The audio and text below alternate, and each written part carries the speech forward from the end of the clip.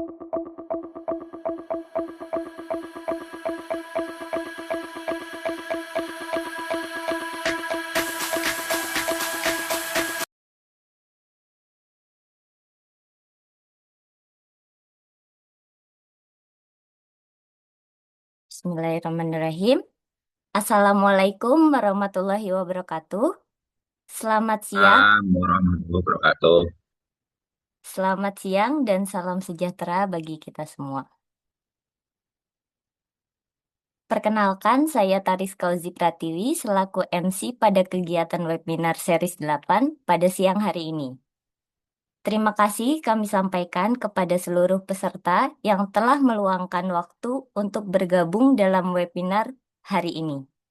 Semoga kebersamaan kita pada kesempatan kali ini tidak hanya menjadi ajang silaturahmi akademik yang mempererat hubungan, tetapi juga menjadi momentum yang baik untuk menambah wawasan, berbagi pengalaman, serta memperkaya pengetahuan dalam bidang pendidikan, khususnya pendidikan matematika. Yang kami hormati Dekan FKIP Universitas Singapura Bangsa Karawang, Profesor Dr. Haji Sutirna MPD. Yang kami hormati Ketua Jurusan MIPA, Ibu Dr. Hanifah Nurus Sopiani MPD. Yang kami hormati Koordinator Program Studi Pendidikan Magister Pendidikan Matematika, Dr. Rafiq Zulkarnain MPD.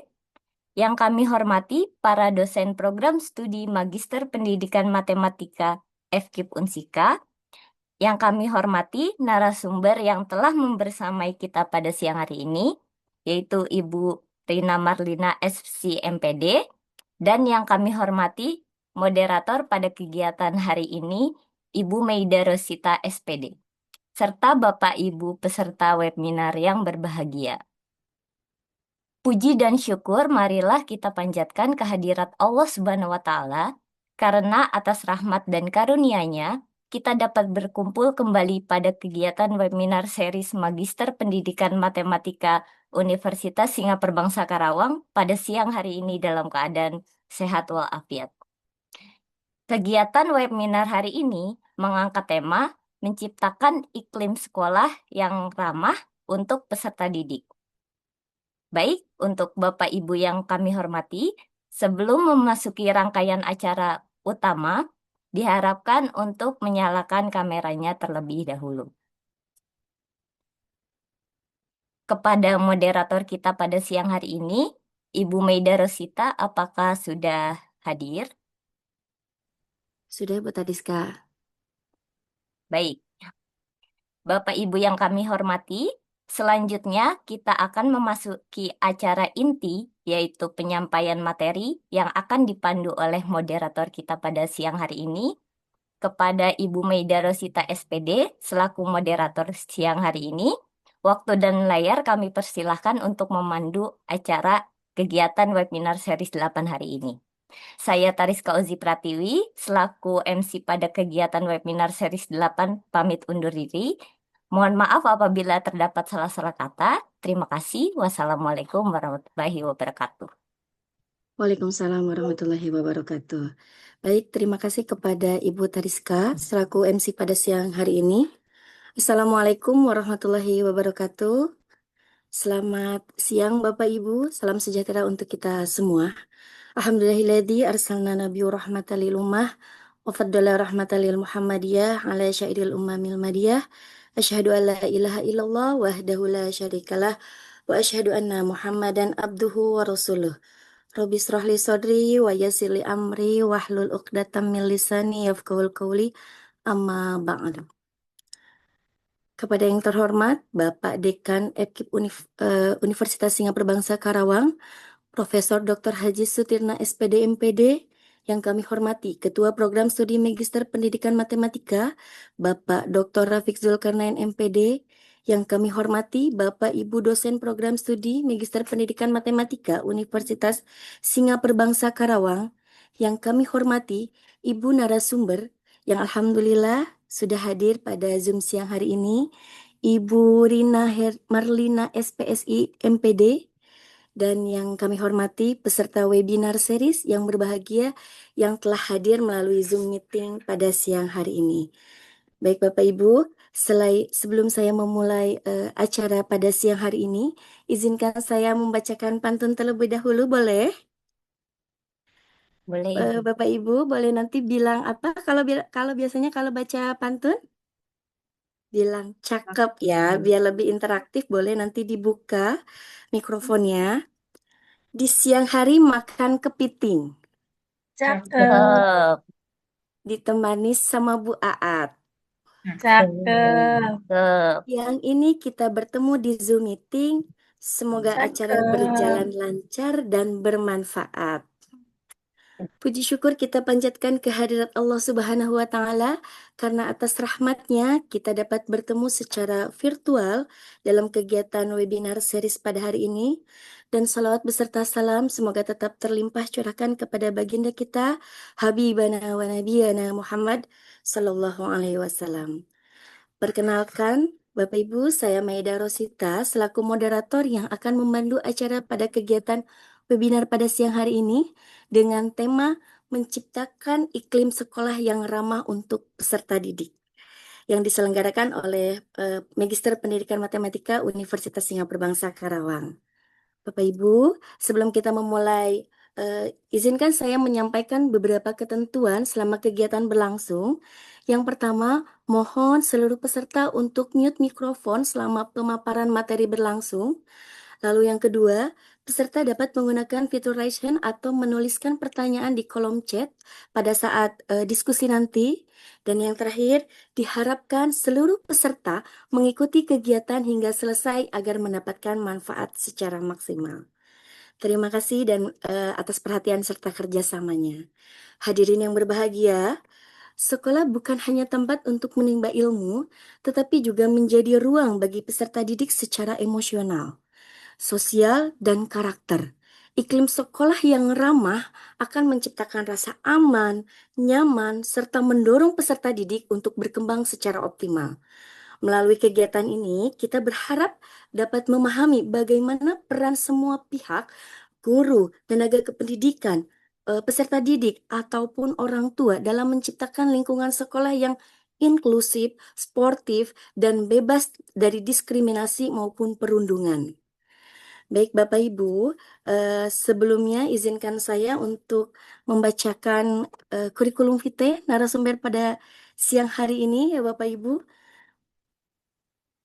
Nah, baik. Beliau narasumber kita pada siang hari ini kita akan dibersamai oleh Ibu Rina Marlina SPSI MPD. Alhamdulillah beliau sudah hadir di tengah kita Bapak Ibu. Beliau beralamatkan di Teluk Jambe di Kabupaten Karawang. Lalu pendidikan beliau S1-nya itu ada psikologi di Universitas Islam Bandung, profesi sebagai seorang psikolog di Unisba. Lalu S2-nya beliau mengambil bimbingan konseling di Universitas Pendidikan Indonesia UPI Bandung. S3-nya beliau mengambil bimbingan dan konseling di UPI juga, Bapak Ibu. Dan ini Bapak Ibu yang sangat luar biasanya saya tadi melihat pekerjaan beliau. Beliau juga menjadi salah satu dosen tetap di Universitas Singapura Bangsa itu tahun Karawang tahun 2000 sampai dengan sekarang. Beliau juga pernah menjabat sebagai tahun 2019 itu sampai 2023 pernah menjabat sebagai Wakil Dekan 1 bidang akademik dan kemahasiswaan di EPKIP Unsika. Lalu ini pengalaman organisasinya yang sangat luar biasa sekali, Bapak Ibu. Beliau pernah menjabat sebagai Koordinator Bidang Konsultasi dan Advokasi Pusat Studi Gender LPPM di Universitas Singapura Bangsa Karawang. Lalu eh, beliau juga pernah menjadi Koordinator Penanganan dan Pendampingan PPKS, Pencegahan dan Penanganan Kekerasan Seksual. Beliau juga menjadi tim profesi di LK3, lalu beliau juga menjadi seorang konselor psikolog. Nah, ini yang cukup saya lain gitu. Beliau di psikolog di P2TP2A, di mana kita sebagai seorang pendidik, kalau misalnya ada sesuatu hal di sekolah mengenai peserta didik, bullying dan adanya penerimaan yang kurang ramah, itu kita bisa melaporkan ke P2TP2A. ya. Kalau tidak salah saya juga, apakah saya pernah bertemu dengan beliau gitu ya, karena tahun kemarin saya sempat ke P2T P2A Kabupaten Karawang. Lalu beliau juga sebagai konselor psikolog juga di Puspaga Campernik, sebagai koordinator bidang penanganan dan pendampingan, dan prestasi beliau juga ini luar biasa. Beliau sebagai wanita inspiratif Kabupaten Karawang tahun 2018, kategori wanita produktif dan peduli anak. Jadi siang hari ini Bapak Ibu yang hadir di Zoom meeting ini, kita ambil nih. Beliau menjadi wanita inspiratif. Wah, seperti apa ya? Kita tidak berlama-lama lagi. Kami mengucapkan selamat datang dan terima kasih atas kesediaannya untuk berbagi ilmu dan pengalaman. Tidak berlama-lama lagi, kita sambut dengan penuh hormat kepada Ibu Rina Marlina SPSI MPD. Kami disilahkan. Mangga Ibu.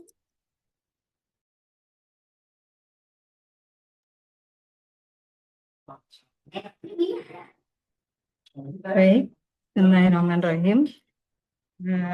Assalamualaikum warahmatullahi wabarakatuh. Izin, mungkin sudah bulat ya suaranya ya. Sudah Ibu sudah terdengar dengan jelas.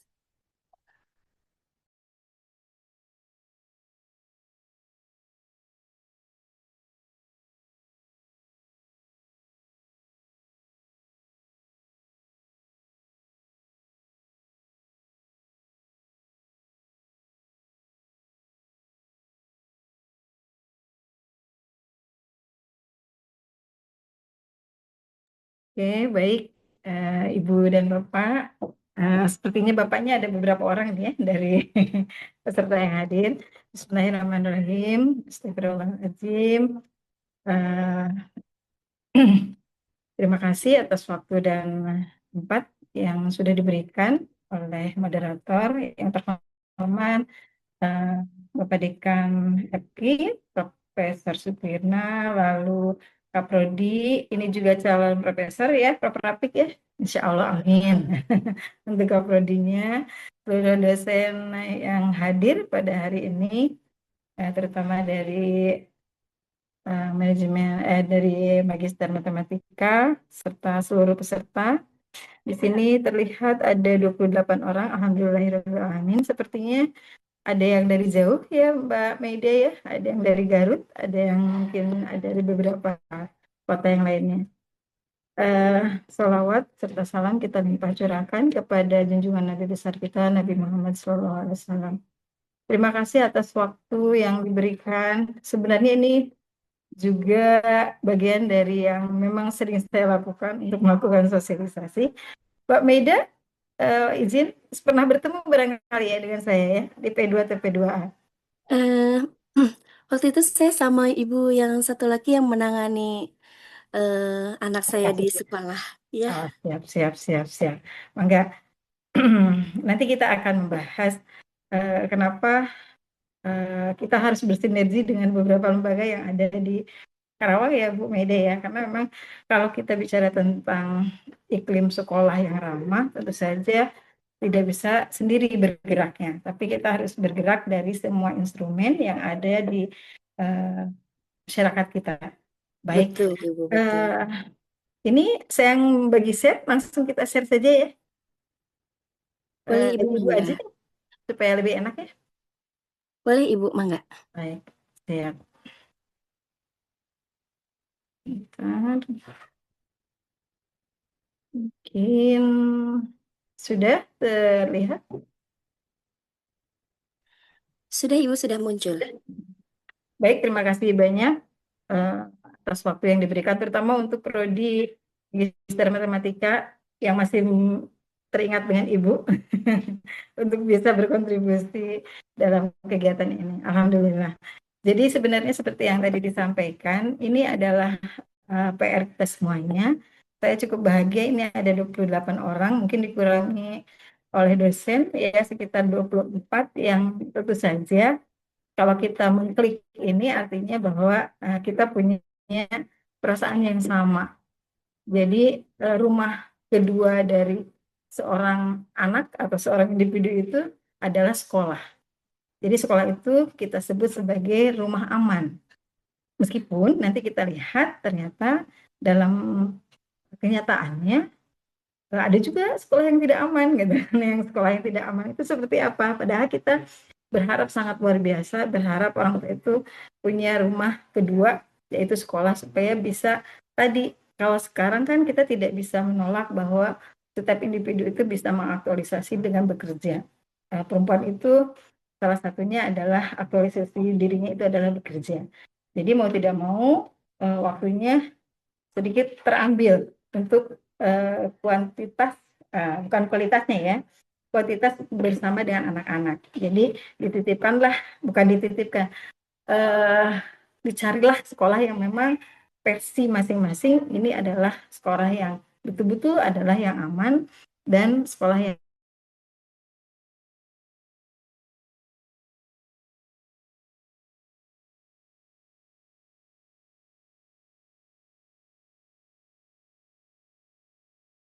seperti yang tadi disampaikan.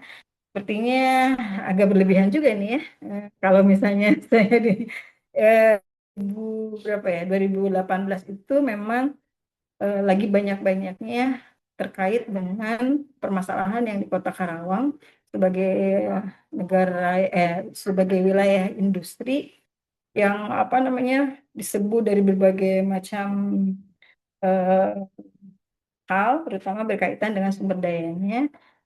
Dan dari situ banyak ekses-ekses yang terjadi. Salah satunya adalah berkaitan dengan masalah tindak kekerasan seksual. Nah, ini memang eh, jadi PR lah buat kita. Sampai saat ini pun tentang kekerasan seksual ini menjadi PR buat kita. Apalagi tadi pagi saya lihat di berita 15 mahasiswa UI mereka eh, terkena berkaitan dengan tindak kekerasan seksual secara eh, grup gitu. Nah, itu artinya berapa orang tua yang hatinya sakit gitu. Di rumah mungkin anak-anaknya baik-baik saja. Di rumah anak-anaknya adalah anak-anak yang bagus, tapi karena ada di lingkungan yang tidak tepat, bawa. Itu pasti saya sih berpikirnya bukan ke anak-anaknya yang mereka dipampang gitu di depan, diperlihatkan ke semua mahasiswa yang lain, tapi saya memikirkan hati orang tuanya yang menangis gitu. Pasti orang tuanya, terutama ibunya, pasti sedih. Karena ya itu tadi, berharapnya sekolah atau misalnya universitas itu adalah tempat yang aman. Tapi ternyata kita mungkin ya tadi kecolongan atau istilah-istilah lainnya yang memang kurang pas. Nah, itu 2000 saya mulai bergerak berkaitan dengan masalah-masalah ini dari 2015. eh, Mbak Meda. Jadi 2015 itu sampai sekarang ternyata masalahnya bukan menurun, tapi ternyata semakin banyak. Begitu juga kita di Unsika memiliki komitmen yang sama.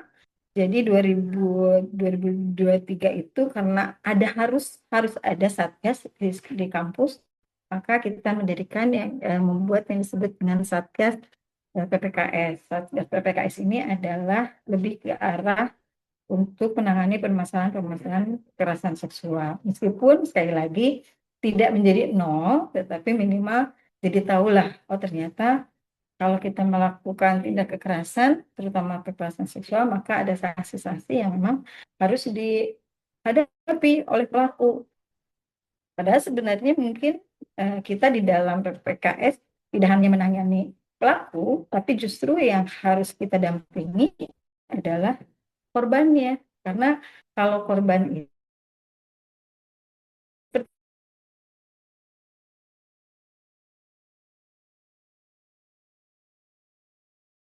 untuk merekonstruksi korban, kita perlu waktu yang relatif lebih lama. Nah, itu PR buat kita. Sehingga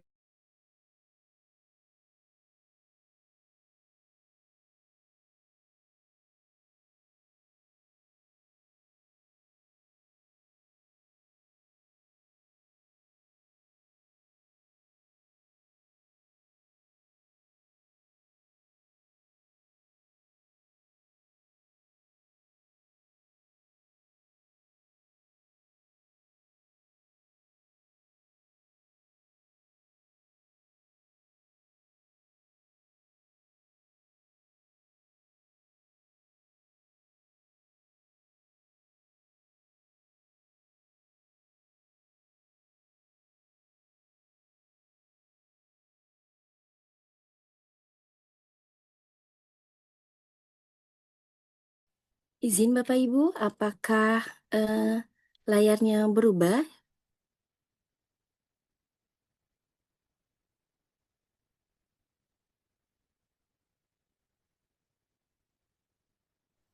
Untuk Ibu narasumber kita mungkin terlempar ya?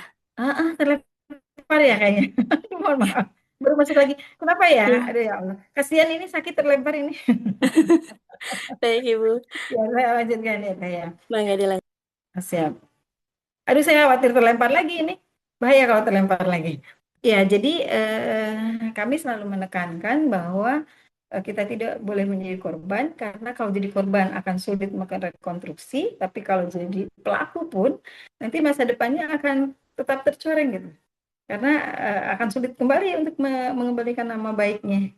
Karena itu akan nempel gitu statusnya. Oh, statusnya pernah jadi pelaku. Jadi ini juga dua-duanya punya konsekuensi yang kalau menurut saya sangat berat itu untuk masa depan anak-anak kita. Jadi ini wajib kalau menurut saya untuk menyampaikan bahwa anak-anak kita tidak boleh menjadi korban ataupun menjadi pelaku. Nah, di Unsika 2023 mulai ada Satgas PPKS, tapi dengan aturan yang baru berubah menjadi PPKPT. PPKPT sesuai dengan Permen nomor 2024 tahun 2024 tidak hanya menangani terkait dengan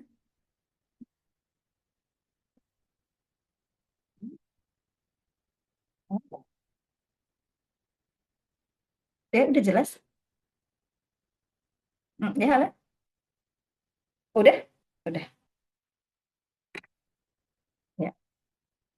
Masih terdengar ya, Teh Maida ya? Masih Oh, Ibu, masih ya terdengar dengan betul, jelas. ini meyakinkan, takutnya nggak kedengeran katanya. Iya.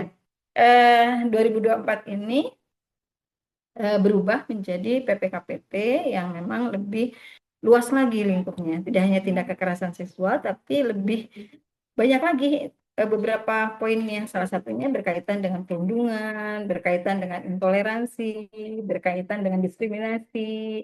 Nah, seperti tindak kekerasannya memang PR-nya lebih banyak, sehingga kita perlu SDM lebih banyak, tapi tetap oleh kementerian ini dibatasi terkait dengan jumlah PPKS ini. Ini insya Allah kalau di Unsika kita akan tetap bekerja keras untuk menjadikan kampus yang ramah dan kampus yang aman. Nah, tapi tentu saja tidak hanya orang-orang yang di dalam PPKPT, tapi semua instrumen, terutama mungkin para pendik, para mahasiswa, dan para dosen itu juga bisa berkontribusi bersama supaya betul-betul kampus itu adalah kampus yang aman dan ramah yang tadi disampaikan. Tadi mungkin Teh Maida ya, P2TP2A itu sudah ada lebih dari 10 tahun di program pemerintah. Semua wilayah yang ada di kabupaten harus memiliki pusat pemberdayaan perempuan dan anak. Memang fokusnya lebih ke kuratif.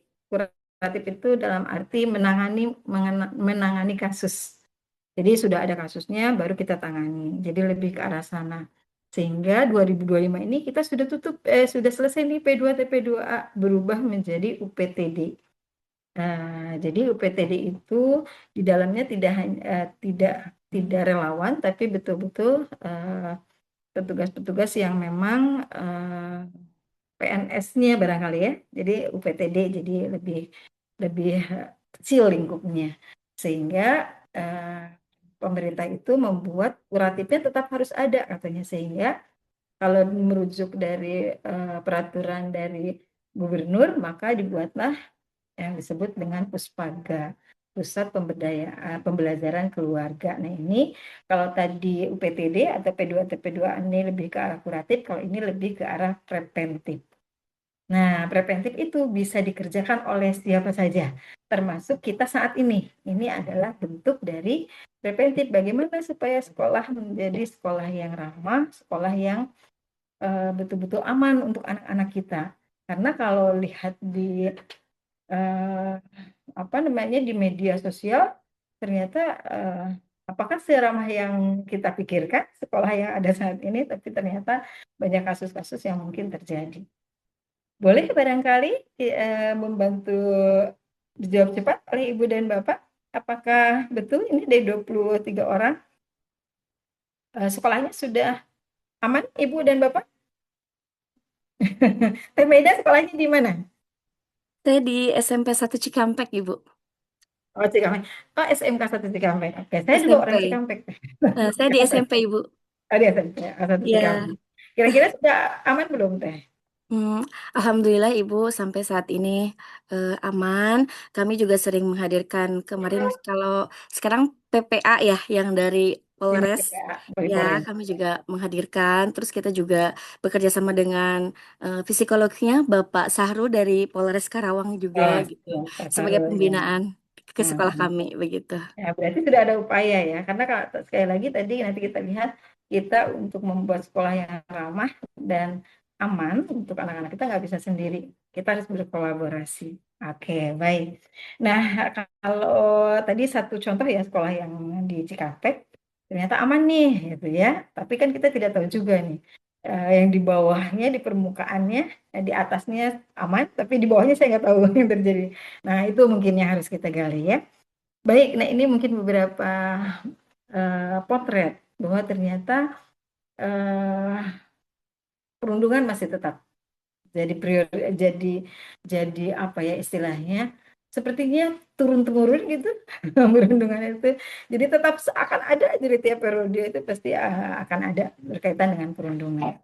Sebenarnya kalau dilihat dari mungkin saat ini orang mulai banyak berbicara karena tadi berkaitan dengan masalah sosialisasi yang mungkin lebih banyak muncul ke permukaan sehingga orang-orang sudah mulai eh, berbicara dengan apa yang mereka pikirkan dan apa yang mereka rasakan untuk sebagian kecil barangkali ya Mbak. Nah ini mungkin potret yang terjadi di masyarakat kita karena sekali lagi kalau kita bicara tentang ini salah satu ya tentang tindak kekerasan yang membuat tidak aman dan tidak ramahnya sekolah adalah kasus berkaitan dengan masalah perundungan. Kenapa ini bisa terjadi? Karena memang ya inilah gitu situasinya memang seperti ini, mulai dari teknologi atau mungkin juga ada hal-hal lain yang akan kita bahas yang menjadi pemicu kenapa orang bisa seagresif itu melakukan tindak kekerasan kepada orang lain. Padahal mungkin di rumahnya dia tidak punya potensi untuk melakukan hal tersebut. Nah, ini banyaknya adalah ibu dan bapak guru pasti stres ya Bu kalau misalnya ada sesuatu yang tidak yang terjadi yang tidak sesuai dengan yang kita harapkan. Eh, Kalau stres biasanya apa yang terjadi Bu? Banyak ya? Banyak makan. Kalau stres ngapain? Nah, ini adalah ekspresi emosi anak. Jadi, pemicu kita menjadi stres itu adalah emosi. Emosi itu sebenarnya, kalau dalam psikologi harus punya emosi. Bayangkan kalau kita nggak punya emosi, kita lurus aja hidup kita itu ya. Jadi nggak flat gitu, nggak bervariasi, nggak nyaman gitu. Saat makanan juga kan harus ada rasa-rasanya.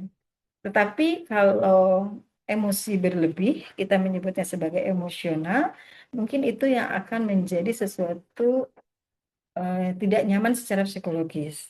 Nah, kalau misalnya kita menghadapi siswa yang sudah emosi di dalam kelas, misalnya, tentu saja guru-gurunya akan terpancing ya. Terpancing nggak Bu kira-kira? Ini ada beberapa guru saya nanti ke Mbak Maida terus kasihan Mbak Maidanya. Jadi kira-kira kalau misalnya kita mendapatkan siswa yang tidak sesuai dengan apa yang kita inginkan, kadang-kadang kita juga menjadi terpancing sebagai guru. Itu manusiawi. Dan tentu saja banyak hal nanti ekspresi dari emosi kita sebagai guru barangkali ya. Mungkin salah satunya ini. Nah, yang ibu bapak lakukan. Nah, ikut-ikut marah. Kalau ada siswa yang marah, ikut marah. Biasanya sama dengan di rumah. Kalau oktavnya satu anaknya, kita dua naik tingkat ya.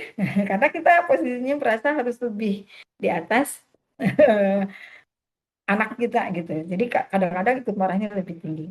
Atau mungkin ketidakberdayaan kita sebagai perempuan ya. Kalau laki-laki jarang barangkali ya. Pak Didik nangis enggak? Kayaknya enggak kalau laki-laki jarang ya.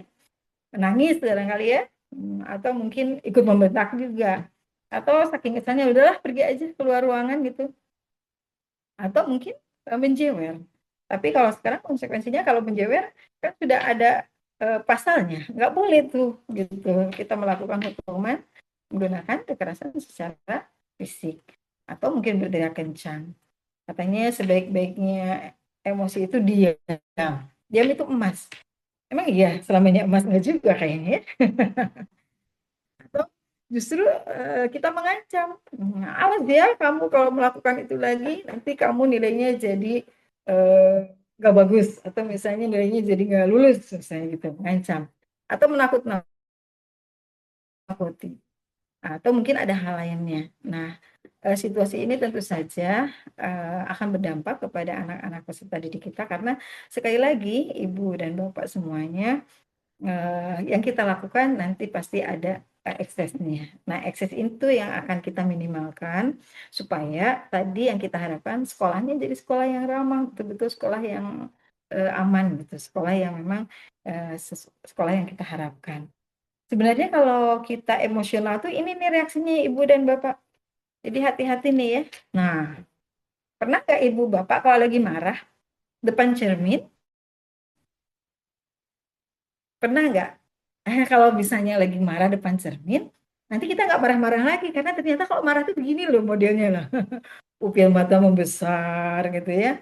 Lalu boleh nanti kalau lagi marah ini pakai tensi. Wah, tensinya gimana nih? Kira-kira bisa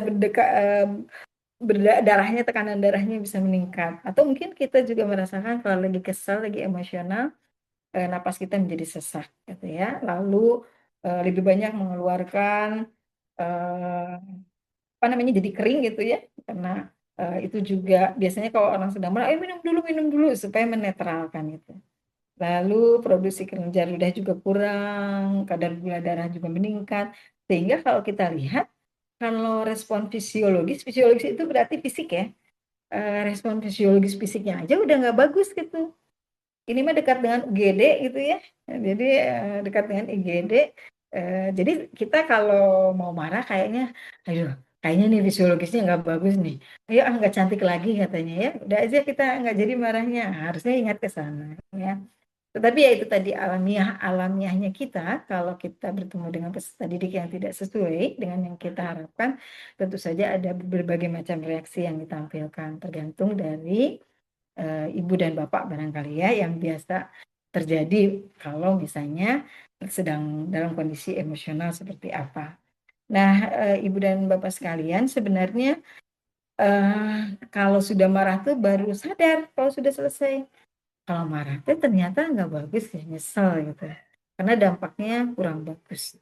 Nah, tapi sekali lagi kita tidak membicarakan tentang kita nggak boleh marah, tapi yang harus kita bicarakan kenapa ya anak-anak itu kadang-kadang melakukan sesuatu yang sebenarnya tidak tepat sehingga ada sebagian anak yang akhirnya nggak mau ke sekolah karena ternyata sekolah yang ramah itu eh, tidak hanya dilihat dari satu instrumen saja, tapi instrumennya banyak gitu.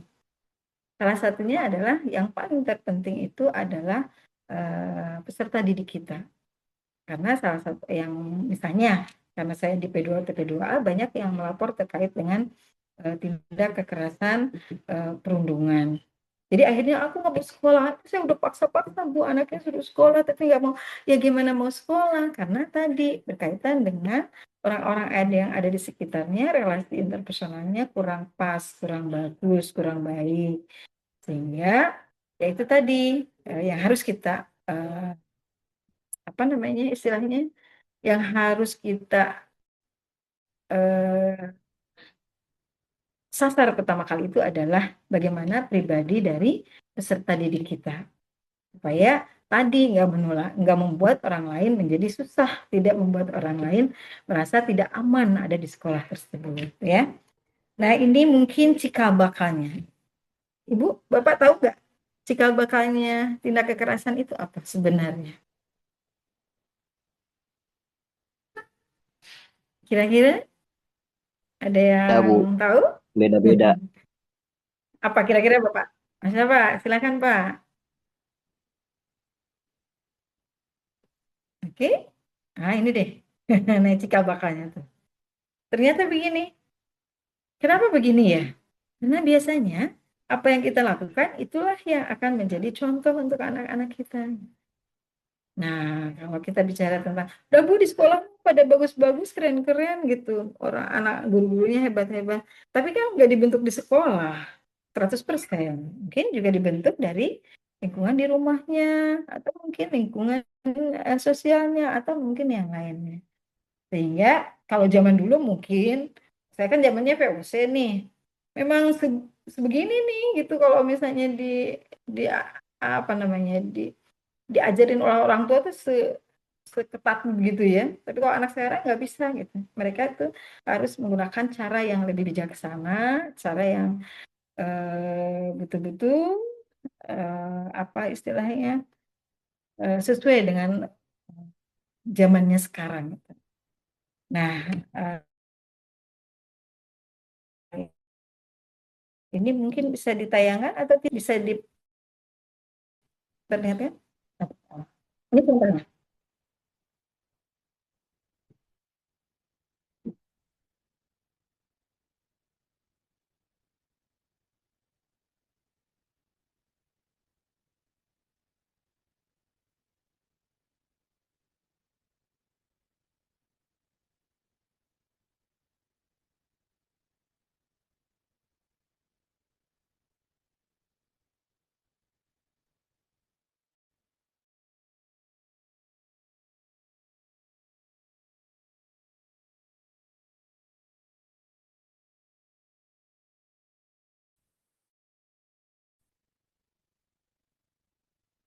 Videonya masih terlihat nggak, Meja? Masih terlihat Ibu, hanya tidak ada suara saja, hanya Oh, nggak ada gerakan. suaranya? Ya, Oke, baik. Oke. Mungkin dari tayangan ini bisa terbayang nggak oleh Ibu dan Bapak. Nah, ini adalah permainan. Kalau kita lihat mereka sedang bermain. Jadi kalau yang kalah itu, suara saya tapi terdengar ya, Mbak Mede? jika suara Ibu jelas Ibu.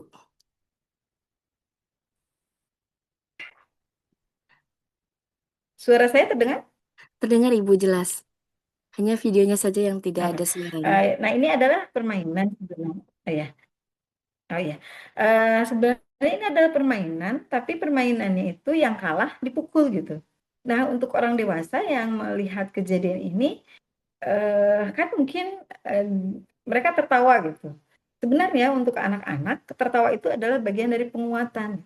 Oh, boleh tuh, kalau dipukul tuh boleh, gitu. Memukul tuh boleh gitu.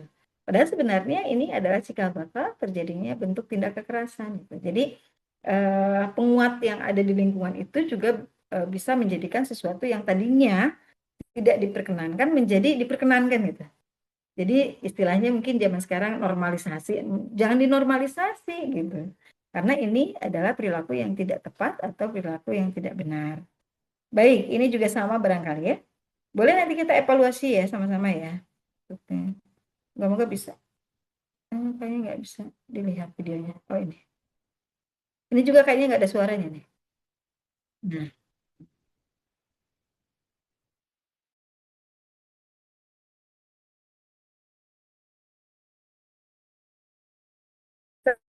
Terlihat ya Mbak Meda videonya? Terlihat Ibu hanya terputus-putus dan tidak ada suaranya. Gitu.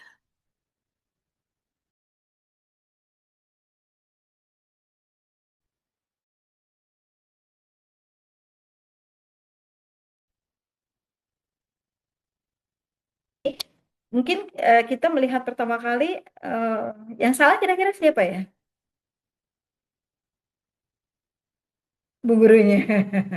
Ya, kita pasti ngelihatnya karena harusnya nggak boleh dipukul begitu anak orang kok ya masa dipukul ya. Tetapi mungkin ibu gurunya juga pasti ada sesuatu yang terjadi sebelum di belakang layar ini, meskipun sebenarnya tidak dibenarkan. Anak-anak sekarang itu berbeda dengan anak-anak yang dulu ya barangkali ya, berkaitan dengan masalah etika, moral dan lain-lain. Karena nanti dampak yang terjadi memang banyak penyebabnya. Oke, nah ini berkaitan dengan hal tersebut ternyata kalau kita bicara tentang sekolah yang ramah, maka iklim sekolah yang seperti apa gitu. Karena tadi sekali lagi faktor pencetusnya tidak hanya satu. Tadi misalnya saat bermain dengan teman-temannya, itu juga bagian yang memang eh, jadi bisa pencetus atau bisa jadi bagian yang membuat individu menjadi eh, hal tersebut boleh lumrah untuk dilakukan. Lingkungan fisik, lingkungan sosial, atau mungkin lingkungan emosional. Nah, yang kalau kita bicara tentang lingkungan fisik, jelas berkaitan sesuatu yang sarana, prasarana, dan lain-lain, atau berkaitan dengan masalah sosial. Tapi kalau relasi, itu sebenarnya bisa kita upayakan sebagai pihak sekolah yang punya tanggung jawab untuk membuat lingkungan yang ramah atau lingkungan yang aman untuk anak-anak kita. Jadi iklim sekolah itu bukan hanya ya udah sekolah berangkat pagi, pulangnya jam 12 selesai. Setelah itu nggak ada kejadian apa-apa beres gitu. Padahal sebenarnya mungkin banyak hal yang harus kita pikirkan terkait dengan iklim sekolah yang ramah atau yang aman tersebut. Jadi sekolah yang ramah itu ya harus aman. Aman dalam banyak hal. Baik sarana, prasarana, atau mungkin berkaitan dengan sesuatu yang memang diharapkan oleh pihak yang sekolah dengan apa yang difasilitasi oleh sekolah. Lalu sekolah yang ramah itu salah satunya adalah menghargai perbedaan. Kita nggak bisa tuh menolak sekolah ini khusus untuk misalnya anaknya Pak Kaprodis aja gitu. Nah, atau mungkin khusus untuk dosen aja sekolahnya, itu nggak bisa gitu. Jadi tetap kalau kita bicara tentang sekolah, maka kita harus memberikan perlakuan yang sama untuk semua peserta didik. Yang selanjutnya berkaitan dengan komunikasi. Komunikasi ini nomor satu. Karena kalau misalnya ada masalah, maka biasanya itu akan terungkap kalau kita bisa menjalin komunikasi yang terbaik dengan peserta didik. Komunikasinya memang tidak semua orang bisa menyampaikan informasi yang dia pikirkan dan dia rasakan. Tetapi kalau kita jadi guru biasanya punya berbagai atau 1000 cara untuk mendapatkan informasi dari peserta didik kita, ya. Jadi sebenarnya memang ini adalah berkaitan dengan upaya-upaya kita maksimal kita sebagai guru kayak apa ya supaya anak-anak itu bisa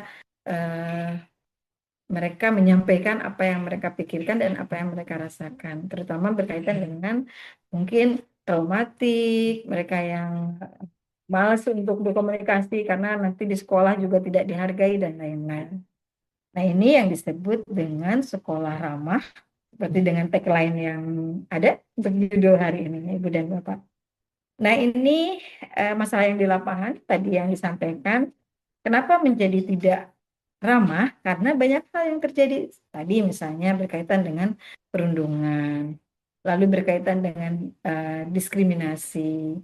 Nanti ujung-ujungnya kurang empati. Jadi empati itu bentuk dari selain simpati, maka kita juga kita juga harus empati. Simpati itu kan kita merasakan apa yang mereka rasakan. Tetapi kalau sudah empati, kita bergerak, ada actionnya. Jadi kalau misalnya kurang empati ya kadang-kadang udahlah biarin aja dia memang yang nggak usah ditolongin. Nah, jadi udah kurang empatinya. Sehingga biasanya perundungan itu empatinya yang paling lemah. Oke. Baik, Ibu dan Bapak semuanya. Mbak Melinda nanti sesi tanya jawabnya langsung aja ya, supaya tidak terpotong ya. Baik, nah ini Ibu dan Bapak, PR buat kita. Kenapa sih anak-anak itu kelihatannya sekarang mengintimidasi antara satu anak dengan anak yang lainnya gitu. Padahal di rumah tadi sekali lagi nggak kenapa-napa gitu. Mereka itu nggak apa-apa, perilakunya biasa-biasa saja. Ternyata banyak hal yang bisa mempengaruhinya. Apalagi sekarang mulai dari bangun tidur sampai tidur lagi yang dipegang adalah media, handphone, ya Bu ya. Jadi mereka tuh bisa leluasa nontonnya itu, mereka tuh bisa leluasa melihat semua informasi tanpa jeda gitu, tanpa filter. Karena ya tadi yang di rumah ngobrolnya masing-masing. Tapi dengan yang jauh justru mereka lebih terbuka. Nah, ini yang jadi PR buat kita semua. Media itu ternyata bisa ampuh mengubah perilaku, terutama berkaitan dengan tindak kekerasan. Bahasa yang dipakai, coba Ibu dan Bapak, anak-anak dapat dari mana bahasa-bahasa yang misalnya kebun binatang, kasar. Ternyata di komunitasnya mereka berbicara seperti itu. Saat main game mereka berbicara seperti itu. Nah, jadi bahasa juga kelihatannya sekarang, anak-anak sekarang kadang-kadang kita kaget, beneran mereka ngomong begitu ini umur segini SMP gitu. SMP loh mereka. Padahal dulu kita mungkin nyebutnya saru. Nggak boleh ngomong kayak gitu gitu ya. Tapi mereka dengan enak entengnya gitu ya. Mengatakan kan dianggapnya biasa. Atau mungkin mereka mendapatkan trigger, bukan trigger ya. Sesuatu yang tadi pemicu ketidakkerasan itu dari buku-buku. Biasanya buku-buku itu memang lebih lebih apa ya istilahnya, tidak tidak secara umum, tetapi hanya orang-orang tertentu yang suka buku. Tapi sekarang buku-bukunya harus dilihat karena nanti ini di bawahnya ada ilustrasi dan gambar-gambar yang mungkin tidak terkontrol gitu. Seperti sederhananya mungkin mungkin kartun Jepang itu kan bajunya minimalis semua ya, pendek-pendek, terus ini bagian dadanya tidak tertutup. Jadi hal tersebut tuh dianggap biasa aja, nggak apa-apa itu kan komik gitu. Tapi komik juga gitu, mungkin kultur kita yang orang apa namanya kultur kita yang orang timur kayaknya nggak cocok gitu. Sehingga tadi jadi akhirnya dianggapnya ini biasa aja gitu, biasa gitu.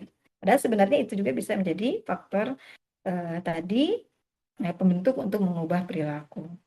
Lalu berkaitan dengan, nah ini jelas ya, elektronik, internet, TV, pertunjukan, coba pertunjukan seperti ini. Jadi sekali lagi, kok bisa ya itu tindak kekerasan itu bisa muncul di sekolah, padahal sebenarnya sekolah itu tidak diajarkan. Ternyata dari hal-hal ini juga menjadi penyebab terbentuknya perilaku yang memang mungkin bisa berpengaruh terhadap perilaku yang lainnya. Nah, kalau sudah seperti ini, dampaknya kayak gimana? Ini yang akan jadi dampaknya. Kalau sudah ada tindak kekerasan, sudah ada perundungan, sudah ada situasi sekolah yang tidak mendukung, maka bisa saja nanti secara individu self confidence-nya jadi turun. Ya kan? Bagaimana dia mau percaya terhadap dirinya kalau orang lain tidak percaya? Orang lain merundung dirinya, misalnya, contoh yang paling sederhana. Gimana saya mau percaya diri, mau tampil ke depan kalau misalnya setiap ke depan saya sering diledekin, saya dibecandain dengan kata-kata yang tidak baik, atau misalnya saya sering apa istilahnya, ya dirundung gitu oleh teman-teman atau lingkungannya, sehingga ini juga membuat self confidence-nya menjadi rendah. Kalau dampak selanjutnya bisa juga berkaitan dengan self disclosure-nya. Self disclosure itu adalah keterbukaan diri. Jadi keterbukaan diri anak biasanya nanti kalau biasa anak sekarang itu eh, mereka tertutup kepada orang di sekitarnya, misalnya kepada ayahnya, kepada ibunya, keluarganya, kepada gurunya, tapi mereka akan terbuka kepada media sosial. Nah, ini PR kita nih. Kenapa ya? Karena mungkin Bapak dan Ibu ini juga introspeksi buat kita semua. Ternyata saya pernah melakukan FGD terkait dengan hal ini. Ternyata mereka tingkat kepercayaan kepada gurunya itu rendah gitu. Ah, nanti kalau saya cerita pasti diomongin di depan kelas. Kalau saya cerita, saya pernah merasakan sesuatu yang tidak nyaman, pasti teman-teman nggak percaya. Pasti nanti akan diledek. Pasti nanti akan diceritakan ke semua orang. Jadi tingkat kepercayaan mereka itu ternyata turun gitu. Sehingga jadi nggak terbuka. Nah, kalau sudah tidak terbuka, itu disimpan di bawah sadar, lama-lama bisa meledak. Seperti misalnya kasus yang di Bogor kemarin, ada siswa yang membuat merakit bom, lalu di masjid dia ledakan, begitu saja. Karena tadi dia sering dibully gitu. Nah, hal seperti ini kan karena dia tidak berani untuk mengungkapkan. Kenapa tidak berani? Karena kurang percaya, trust-nya nggak ada kepada pihak sekolah. Karena merasa sekolah itu nggak aman buat dia, nggak ramah buat dia gitu. Nah, artinya bahwa kalau ini kan nanti akan nyambung ke prestasi, udah jelas lah. Prestasi jadi nomor keberapa gitu. Kalau kita bicara tentang tadi dampak iklim yang buruk yang memang menjadi salah satu atau hal terpenting dari sekolah yang ramah tadi.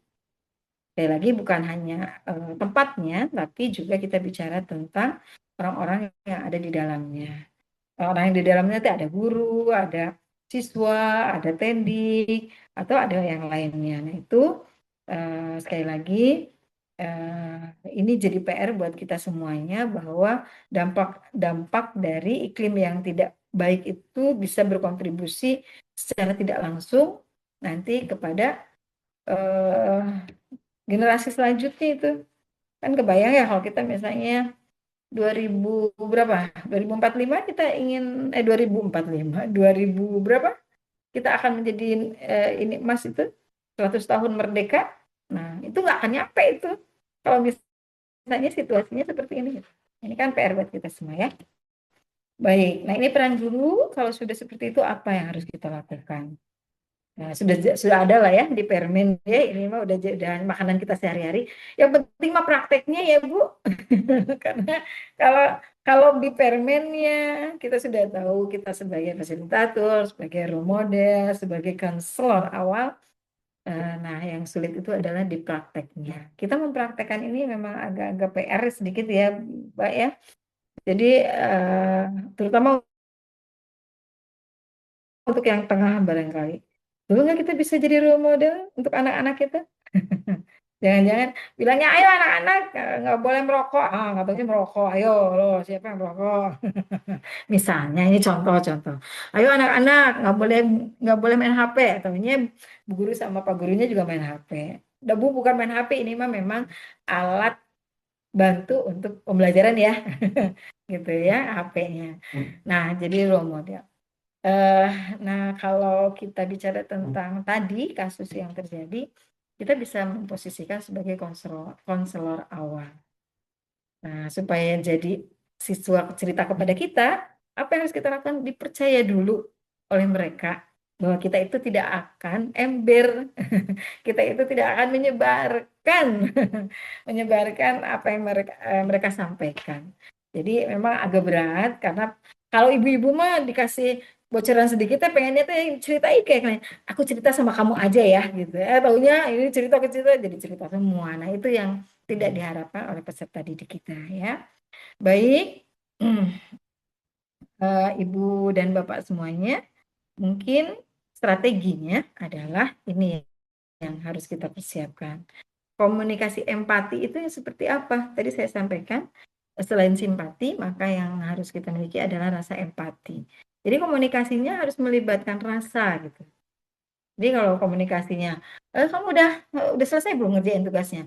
Kalau sudah, kalau belum, selesaikan. Kalau sudah, udah. Jadi nggak ke hati itu.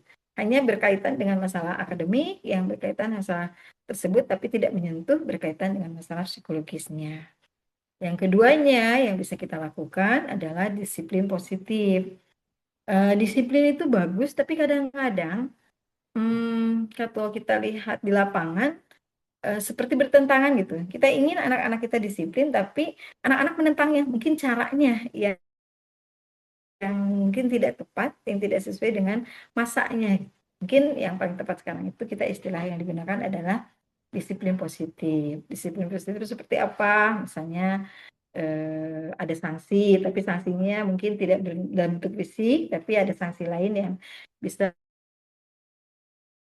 membuat kapasitas dan berkaitan dengan yang selanjutnya adalah partisipasi siswanya. Jadi Ibu dan Bapak, hak anak itu salah satunya adalah mereka dalam banyak hal. Kalau di rumah mungkin partisipasi dalam mengambil keputusan. Tapi kalau misalnya yang lainnya di sekolah berpartisipasi itu bisa dalam proses pembelajaran atau dalam proses pendidikan. Jadi kalau gurunya tahu dia itu pendiam, Ya, Bu. Bu gurunya bikin strategi. Ayo, si AA harus maju ke depan. Bagaimana caranya? Gitu. Nah, itu partisipasi siswa ya. Baik, empati ini boleh barangkali kita langsung boleh di chat bisa ya Mbak ya semuanya menjawab ini Dan Bapak Ibu bisa berkaitan diramaikan. dengan Ibu dan Bapak boleh menulis ya ya boleh menulis dan T. Itu untuk empati, T itu tidak empati. Oke. Kalau soal pertama adalah kamu terlalu sensitif. Kira-kira atau T? Di mana chatnya ya? Ibu bisa lihat chatnya di mana ya? Maaf, sepertinya tidak bisa melihat. Di bawah Ibu ada Di atas. ada Oke, ya Bapak oke. Gamal Oh yang iya, itu betul. T, Oke, ya. ada dari Ibu dari Garut Bu Desi juga T, ada Bu Oke, Iim, oke. Ibu Boleh Bu Desi? Tariska. Boleh alasannya kenapa Bu Desi disebutnya T? T itu berarti tidak empati. Kamu mah terlalu sensitif katanya. Boleh Bu Desi mendengar suara saya, Bu Desi?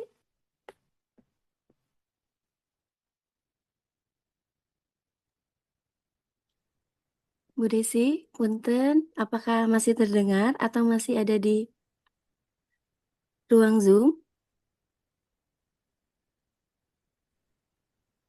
Oke, Oh, baik Ibu. Mangga. Ya, menurut saya itu, kamu terlalu sensitif. Hmm, mm-mm, rasanya itu tidak empati ya, Bu. mm-mm. Karena dari kata sensitif aja mungkin itu saya tidak terlalu paham tentang psikologi sih, Bu, tapi mendengar kata sensitifnya aja itu sudah menurut saya konotasi yang negatif gitu, Bu. Oke, Itu, baik Pak. Bu Desi. Bu Desi itu mahasiswa Ibu dulunya bukan ya? Bukan. Mirip ya? Oke. Oke, baik. Jadi, kamu mah terlalu sensitif katanya gitu ya. Jadi nggak memvalidasi ya Bu Desi ya? Kan anak sekarang mah suka pengen divalidasi ya Bu. Harus Oh ya, didengarkan dulu. Oh iya ya. betul ya. Harus divalidasi katanya gitu ya. Baik. Sebentar. Saya kecilkan dulu. Ini terlalu besar. Oke, bisa dipindah ya. Yang kedua, ceritakan saya ingin mendengarkan.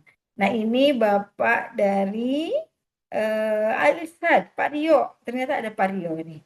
Pak Rio udah mengisi empat-empatnya loh, Bu Meda. Langsung diisi Betul, empat-empatnya. Pak Rio sudah Boleh. mengisi lengkap ya Bapak Ibu. Empat Ya, pertanyaannya ya, langsung betul. dijawab. Ya. Boleh, Mangga Pak Pak Rio Rio. mungkin. Mangga ceritakan. Saya ingin mendengar. Ini masuk ke dalam simpati atau tidak empati, Pak Rio? Itu masuknya empati. Empati. Kenapa, Pak? Bapak? Izin? eh saya sih merasa itu bukan pendapat sih, lebih ke Hmm. eh, permintaan gitu ya, dan tidak ada judge di situ. Hmm. Betul. Oke. Baik, terima kasih Pak Rio. Oke. Boleh lanjut tiga-tiganya Pak Rio, ini udah diisi semuanya. Oke. Sudah jangan dipikirkan. Nah, coba gimana tuh Pak Rio? Ah, Kalau gitu menurut saya sih itu pendapat sih ya, karena itu udah langsung ngasih jawaban gitu, saran. Hmm. Padahal ceritanya aja mungkin belum selesai gitu ya. Oke, baik ya. Jadi akhirnya mau cerita nggak jadi ya Pak ya kalau udah Iya, begini ya. orang dia. Hmm, hmm, hmm. Sudah jangan dipikirkan. Udah, sekarang mah kamu makan banyak aja gitu ya. Jadi akhirnya mau cerita nggak jadi ya Pak Rio ya? Oke, mungkin Pak Rio juga pernah pengalaman barangkali Pak untuk eh SMA ya Pak Rio ya? Pernah sih, pernah. Oh, oke, Iya, pernah Bu, baik. pernah. Oke, saya bisa memahami perasaanmu. Nah, kira-kira ini empati ya Pak ya? Ya, Untuk puisi, hanya oke. ikut aja itu dia, nggak menjudge, tidak melarang, tidak memberi. Oke, baik. Terima kasih Bapak Ibu semua. Artinya kita sudah paham ya bahwa sebenarnya yang diinginkan oleh anak-anak kita itu tadi adalah memvalidasi bahwa mereka perlu tempat untuk bercerita terkait dengan apa yang mereka pikirkan dan apa yang mereka rasakan. Posisi kita kan hanya memfasilitasi ya Bu ya, Bapak ya. kalaupun nanti misalnya harus mengambil keputusan, maka keputusan tersebut adalah tetap dikembalikan kepada peserta didik kita, supaya kitanya juga anaknya belajar untuk mengambil keputusan, kitanya juga tidak disalahkan terkait dengan apa yang harus mereka lakukan. Baik, terima kasih, nggih, Ibu dan Bapak semuanya. Oke, baik. Mungkin kita ada beberapa games lagi barangkali ini. Oke. Oke, silakan Bapak dan Ibu boleh diisi kembali terkait dengan ada siswa yang menarik diri karena diejek temannya. Lalu apa tindakan guru dan bagaimana menciptakan rasa aman terhadap anak tersebut. Ini agak panjang sedikit boleh, nggak apa-apa. Kasih waktu ya, Mbak Maida, berapa detik, Mbak Maida? Satu menit. Untuk menang 1 menit mungkin cukup Oh, ya. 1 menit. Mangga Bapak Ibu Cukup, boleh cukup. di kolom Oke. chat ya. Hmm. Siswanya menarik diri karena diejek temannya. Lalu tindakan kita itu bagaimana? Lalu bagaimana menciptakan rasa amannya? Mungkin bisa ditulis, dibantu di kolom chatnya. Kita ramaikan agar lebih interaktif ya. Ya, siap. Ini guru-guru semua sebenarnya kita harusnya lebih banyak sharing ya, Bu.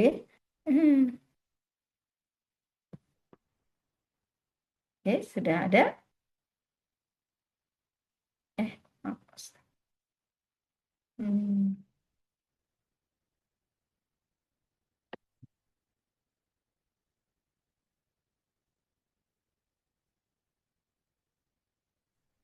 Atau mungkin kalau keberatan untuk mengetik bisa raise hand gitu. Nanti kita bantu. Mau sharing langsung bagaimana nih tindakan Bapak Ibu guru Oh iya, mungkin. boleh gitu aja langsung, Bu, Ibu. Atau Ya, mungkin boleh. saya boleh lihat dulu sebentar siapa saja. Ada nggak? Kan boleh ya nujuk-nujuk ibu guru ya. Ibu guru sama bapak guru. Maaf ya bapak ibu karena kita sedang ini sudah ada barangkali. Coba kita lihat.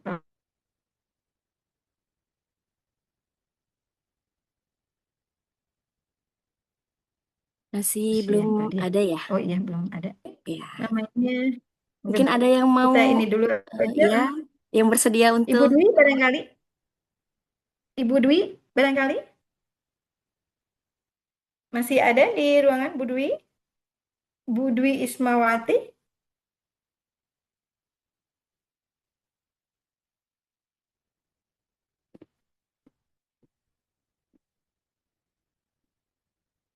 Nggak ada di ruangan Ibu sih. Ini ada orangnya nggak sih Bu ruangan ini Bu? Nah, ini sudah ada Bu dari Siapa? Ibu Sri Hartanti dari Oh, mangga SMP Ibu. 25 Abang. Oh, Di mangga. Oh kolom iya. chat, Bu. Ya. Oke, oke. Beristirahat nanti mengajak siswa yang diejek teman untuk berbicara berdua mengenai apa yang dikatakan temannya, bagaimana perasaannya, dan membantu menemukan solusi dari permasalahan. Kepada teman yang diejek, menjelaskan bahwa mengejek bukan tindakan yang baik dan menjelaskan bagaimana sikap. Oke, baik. Boleh Ibu Sri-nya ada? Izin Ibu, kita ngobrol sedikit. Bu Sri? Hadir Ibu. Oke, terima kasih atas kehadirannya Ibu. Jadi Ibu menyoroti dua-duanya ya Bu ya? Pelaku dan Iya, korban. Kenapa Bu? Oke. Kenapa Ibu? Dua-duanya menjadi poin penting? karena tindakan ini melibatkan dua pihak, pelaku dan korban ya. Yang mana pelaku pun belum tentu paham dengan apa yang dia lakukan. Jadi saya rasa bukan hanya korban yang perlu didekati, perlu diberi penjelasan mengenai bagaimana perasaannya, apa yang sebaiknya dilakukan, bagaimana cara ia menghadapi ejekan temannya. Tapi pihak Hmm, yang mengejek pun perlu ada penjelasan terdekat gitu, dengan. bahwa tindakannya kurang baik dan apa sih yang membuat mereka mengejek itu.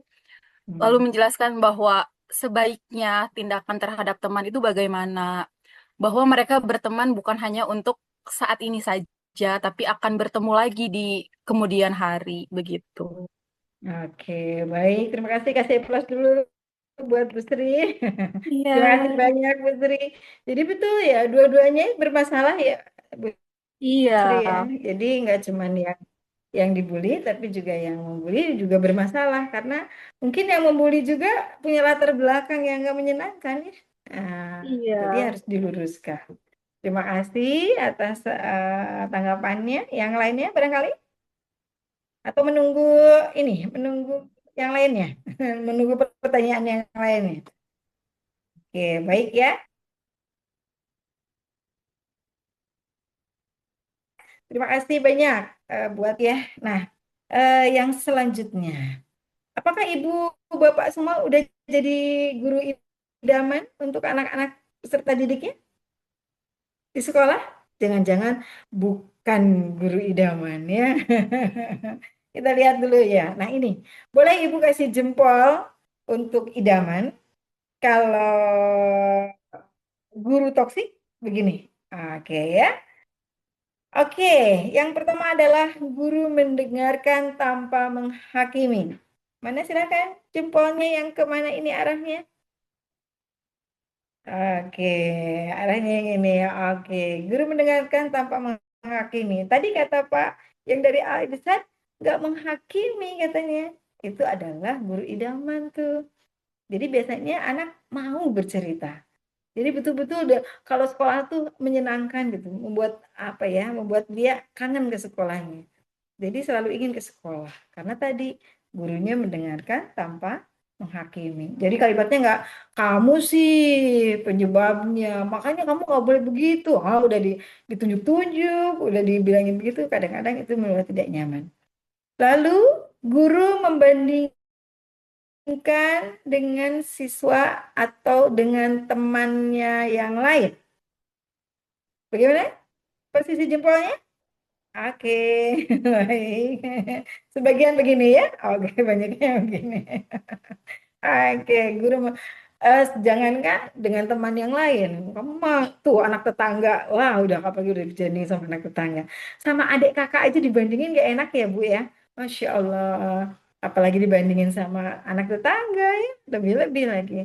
Tuh kayak temennya. Tuh teman kamu bisa, masa kamu nggak bisa? Ah, kan beda ya isi kepalanya. Oke. Guru memberi kesempatan siswa untuk berbicara. Boleh jempolnya yang mana Bapak Ibu? Mau yang toksik atau jadi guru idaman? Oke, siap. Semuanya ingin jadi guru idaman ternyata ya. Oke, jadi beri kesempatan siswa untuk berbicara. Tapi kalau sudah berbicara, di-keep rahasianya. Jangan diumbar ya Ibu Bapak. Supaya siswa merasa aman di sekolah itu. Supaya siswa merasa bahwa sekolah adalah bagian dari hidupnya. Lalu yang terakhir, guru langsung memarahi di depan kelas. Oke? Silahkan jarinya yang mana, jempolnya yang mana Bapak Ibu? Ini yang tengah mungkin. Oke, banyaknya. Yang toksik kayak gitu ya. Jadi kadang-kadang tapi suka nggak ini ya Pak Bu. Suka itu sih ya. Teman-teman itu udah langsung ngasih labeling. Ngasih label. Kadang-kadang itu juga nggak pas, nggak cocok gitu kalau kita. Karena udah media salah, lalu dimarahi depan temannya. Jadi dua, lukanya itu jadi ada dua gitu. Dia salah aja udah luka gitu. Dimarahi depan temannya lebih luka lagi. Jadi goresannya itu ada beberapa banyak gitu di dalam dirinya. Jadi kalau bisa ibu bapak kalau misalnya mau memberitahu siswanya, ayo ajak dulu ke belakang. Supaya apa? Supaya tadi dia luka yang pertama bisa sembuh, tidak muncul luka yang baru. Karena kalau ini terjadi, nah udah gitu. Ketemu sama guru lagi aja udah kalau misalnya dia dimarahi depan teman, mau ketemu jarak jauh aja dia udah menghindar. Jadi kita relasi interpersonalnya kurang pas, kurang baik ya. Baik, yang terakhir nih Bu, Pak Cobi. Nah itu, fakta atau mitos? Oke, jawab B benar, M mitos. Guru itu harus selalu tegas agar dihormati. Fakta atau mitos? Apa ya kira-kira ya? Satu sisi boleh, nggak usah satu sisi juga nggak boleh ya. Kira-kira fakta atau mitos? Mana ini? Ada yang sudah mengisi belum? Ada yang mengisi? Boleh menulis M? Boleh menulis M. Udah diisi langsung nih. Bu Sri sudah mengisi langsung. Iya, Bu Dwi juga MMB, Oh, sudah suara bisa refleks ngejawab. Bu Dwi, MMB katanya. Udah pada diisi langsung nih, Bu. Mitos, Bu Reni. Boleh, Bu Reni. Mitos, kenapa, Bu Ren? Mana Bu Reni ada, hadir?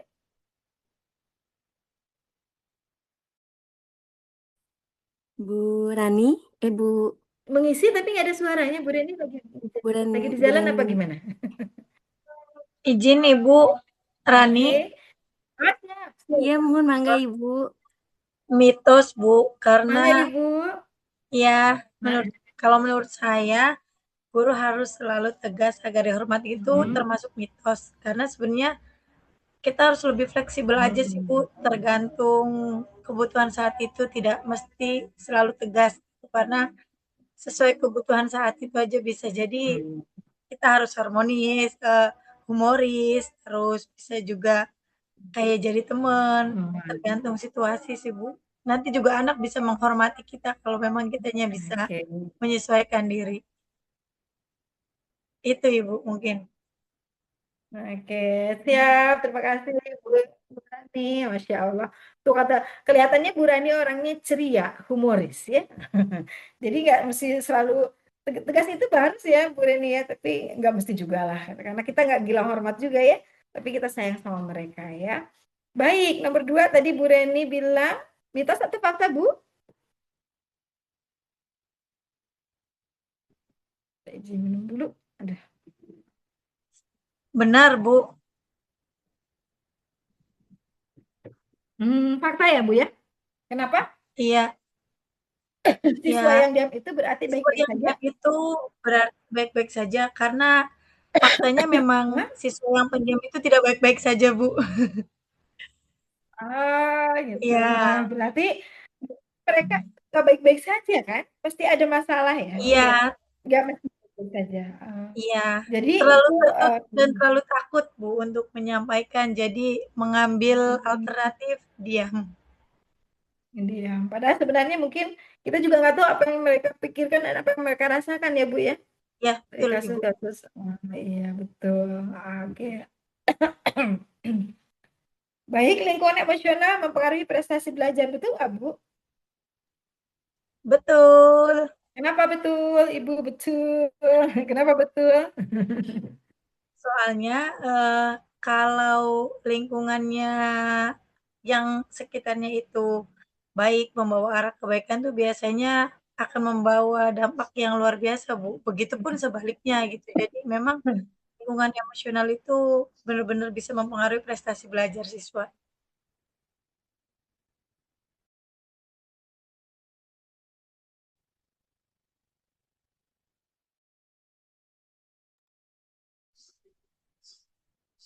Izin Bu Rina. Oh, sepertinya Bu Rini yang Keluar terpental atau lagi ya, saya yang terpental lagi ya. Kita tunggu nanti beliau hadir kembali ya.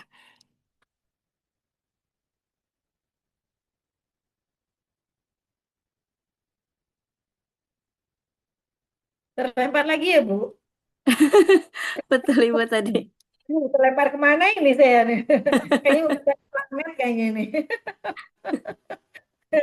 Baik, Ibu, terima kasih banyak. Jadi izin Ibu dan Bapak karena memang kita tadi terima kasih Ibu sudah berpartisipasi semuanya dalam beberapa sesi pertanyaan yang tadi disampaikan. Jadi memang kita nggak bisa sendiri ya untuk menciptakan sekolah ramah yang kita inginkan, sekolah yang aman buat anak-anak kita, tapi harus seluruhnya gitu. Jadi mulai dari tingkat anak-anaknya secara psikologis, secara fisik harus aman dulu mereka. Bayangkan kalau mereka sakit juga tentu saja mereka tidak akan betah untuk ke sekolah. Lalu juga orang tuanya, keluarga yang lebih luas sampai nanti berkaitan dengan masalah peraturan-peraturan Karena sekali lagi kalau kita bicara tentang sekolah ramah anak istilahnya ya, sekolah ramah anak, maka itu harus ada aturan yang mengatur berkaitan dengan permen dan harus bersinergi dengan pihak-pihak terkait. Jadi bayangkan kalau kita melakukannya sendiri itu jadi PR, apalagi gurunya gitu. Wah, pokoknya gurunya udah berjibaku segala macam, tapi ternyata kalau tidak didukung oleh pemerintah juga tidak bisa berjalan. Atau mungkin tidak difasilitasi terkait dengan kegiatan-kegiatan yang berkaitan dengan sekolah yang ramai juga, itu akan menjadi permasalahan dan tidak akan tercapai. Eh, PR buat kita adalah mengingatkan teman-teman atau anak-anak kita, mereka itu kalau supaya meminimalkan supaya tidak terjadi tadi misalnya mereka itu sudah menjadi korban tapi nggak mau ngomong. Nah, maka yang harus diinformasikan kepada anak-anak kita itu mereka harus menjadi pelopor. Kalau di sekolah itu sedang ada di sekolah beberapa sekolah penggerak SMA SMP 1 sekolah penggerak ya Bu ya, Bu Maida ya. Betul Ibu, sekolah penggerak. Nah, di sekolah penggerak ada program Roots ya. Jadi Ya, mereka itu ya di program Roots itu ada mereka itu harus menjadi agen perubahan ya Bu ya. betul. Agen Ya, perubahan mereka untuk menjadi orang pertama yang menyampaikan bahwa tidak boleh terjadi tindak kekerasan di sekolah gitu iya. ya. Nah, itu kan program yang bagus gitu. Kalau misalnya sekolah-sekolah yang bukan sekolah penggerak mungkin yang harus digerakkan adalah ya itu tadi guru-gurunya supaya memang perlu dana tetapi ya kan hanya terbatas ya hanya beberapa sekolah saja yang menjadikan contoh sebagai sekolah penggerak, maka harus ada inisiatif dari lingkungan atau sekolah tertentu yang memang mau membuat anak-anaknya berani untuk menjadi pelopor. Jadi menjadi pelopor. Pelopor apa? Pelopor menjadi agen perubahan supaya mereka terlibat aktif untuk memanfaatkan waktu luangnya untuk kegiatan positif, bermanfaat, lalu menginspirasi banyak orang sehingga nanti kalau mereka sudah melakukan kegiatan yang sangat banyak, mereka tidak punya waktu lagi untuk melakukan tindakan-tindakan kekerasan. Jadi mereka betul-betul selain melakukan kegiatan positif, mereka juga tadi terlupakan gitu untuk melakukan sesuatu yang sebenarnya nggak bermanfaat gitu. Mungkin kalau mereka tadi banyak waktu luang, akhirnya mereka banyak iseng. Ya kan itu kalau udah iseng itu akhirnya nanti banyak tindakan-tindakan kekerasan yang mungkin berdampaknya kelihatannya sederhana tapi sebenarnya bisa berdampak ke jangka panjang nanti gitu ya. Yang kedua, selain jadi pelopor, bisa juga jadi pelapor.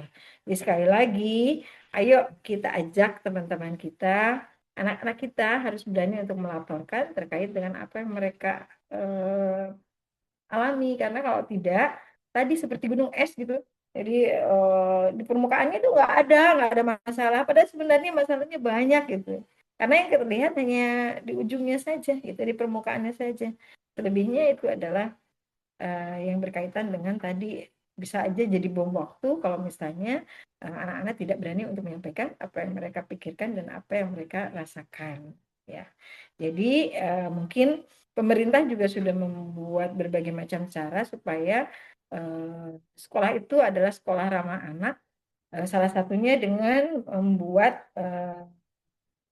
Jabar Cekas. Nah ini Jabar Cekas itu adalah kira-kira berkaitan dengan Jawa Barat cegah kekerasan. Ya, jadi cegah kekerasan itu apa isinya? Jadi salah satunya adalah berkaitan dengan kita melakukan 10 hal untuk mencegah tindak kekerasan. Yang pertama adalah berani bicara. Nah ini anak yang berani bicara sehingga kalau anak-anaknya nggak berani bicara, kita tahu dari mana gitu. Mungkin bisa dimulai di rumah dengan misalnya setiap orang tua bertanya kepada anak-anaknya, hari ini ngapain aja di sekolah? Nah, gitu. Jadi kalau seperti itu, jadi sudah terbiasa terpola gitu. Atau misalnya kalau ibu guru kan punya sensitivitas lebih tinggi ya, atau tahu tahu banget tentang anak-anaknya kalau sudah berinteraksi lebih dari misalnya 3 bulan atau 6 bulan, tahu banget gitu. Oh ini anak yang banyak bicara, ini yang tidak. Biasanya dia bicara tapi dia enggak. Nah, itu pasti ada masalah. Jadi kita ajak anak-anak kita untuk bisa berani berbicara tentang apa yang mereka pikirkan dan apa yang mereka rasakan. Cukup menarik untuk anak-anak Gen Alpha sekarang, mereka berani ngomong apa adanya gitu ya. Misalnya ada ada beberapa kasus, tapi memang menyakitkan, kadang-kadang menyakitkan, tapi mereka berani ngomong gitu. Aduh, nggak di luar kepala kita itu ya. Kenapa katanya itu? Oh, jadi mereka itu betul-betul berani berbicara dan mereka jujur. Lalu yang kedua yang harus dilakukan itu adalah berani melapor. Berani melapor apabila mengalami, melihat. Nah, kalau di kasus bullying itu ada beberapa peran, ada yang terlibat aktif, ada yang tidak, atau bisa juga mereka di luar dari sebagai orang yang melakukan tindak kekerasan, bullying atau perundungan. Jadi orang yang melihat aja sebenarnya itu mereka sudah terlibat kalau tidak melaporkan.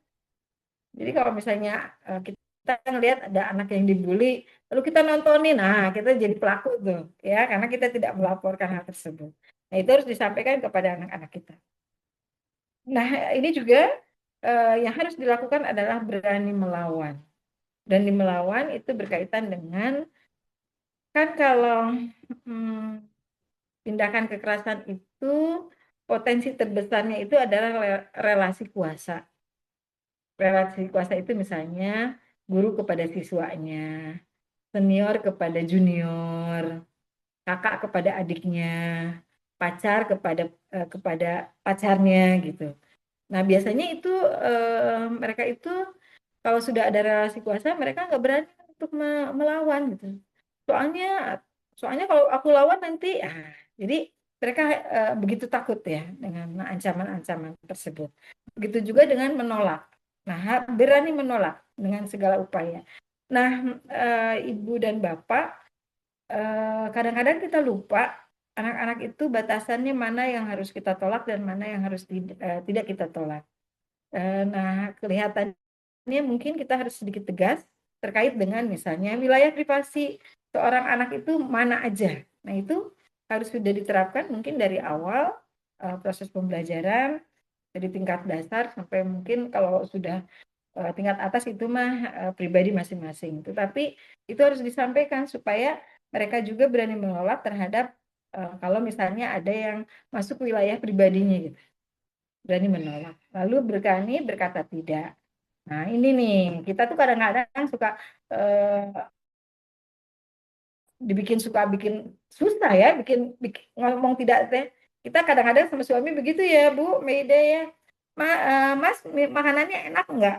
Suaminya nggak berani bilang enggak, takut marah istrinya katanya. Enak, enak.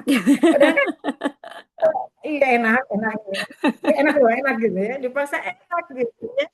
Nah, padahal sebenarnya bisa aja kan enggak gitu ya. Atau berani ya berani itu suami bilang, ayo harus enak loh gitu ya.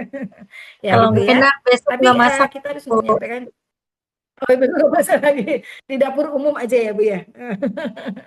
Iya betul. Jadi berani berkata tidak, lalu berani mencegah. Nah ini mungkin agak berat. Kalau misalnya kita menggunakan transportasi umum, ada tindak kekerasan, kadang-kadang orang kalau ada tindak kekerasan, kadang-kadang orang itu malah menghindar gitu. Bukannya mencegah. Kenapa nggak mencegah? Karena takut nanti jadi kebawa-bawa katanya gitu. Padahal sebenarnya kita bisa melakukan dengan cara yang berbagai macam cara untuk mencegah. Misalnya kita tarik yang perempuannya supaya tidak dekat dengan orang yang memang mau melakukan tindak kekerasan. Jadi kalau kita sebenarnya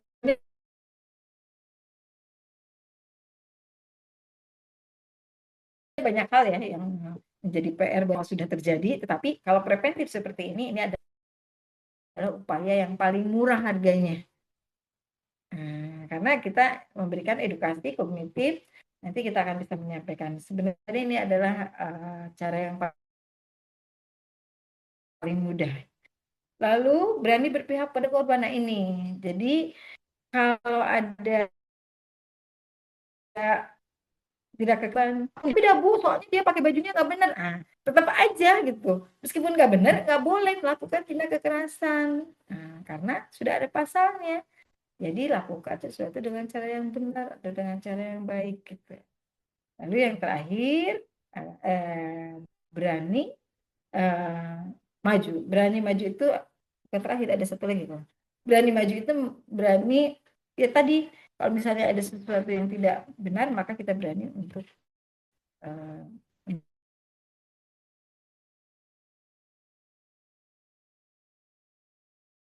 menyampaikan. Oke, untuk mengarah pada tindak kekerasan. Dan yang terakhir adalah berani melindungi. Sekali lagi ini adalah upaya dari pemerintah berkaitan dengan kebijakan. CKAS itu 2000 berapa ya? 2000 lebih dari 5 tahun barangkali ya. Kekerasan di Jawa Barat ini menjadi cara supaya kita mensosialisasikan. Oke, kalau sudah paham terkait dengan apa yang sudah kita sampaikan, kira-kira sekolah Ibu dan Bapak sudah ramah belum ya? Kayaknya sih. Berapa persen, Bu? Bu Rani, ramahnya berapa persen? 90%, Bu. Kira-kira 10%. Nah, PR-nya sedikit ya, Bu, yang 10% ya. Tinggal dipoles sedikit aja gitu ya. Tinggal mempoles.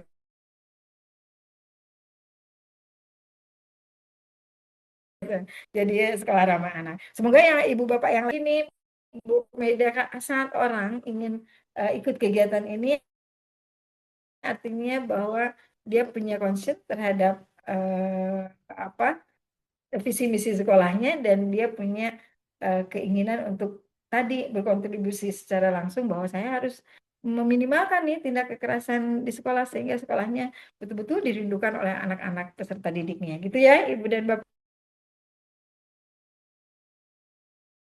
ya. Baik.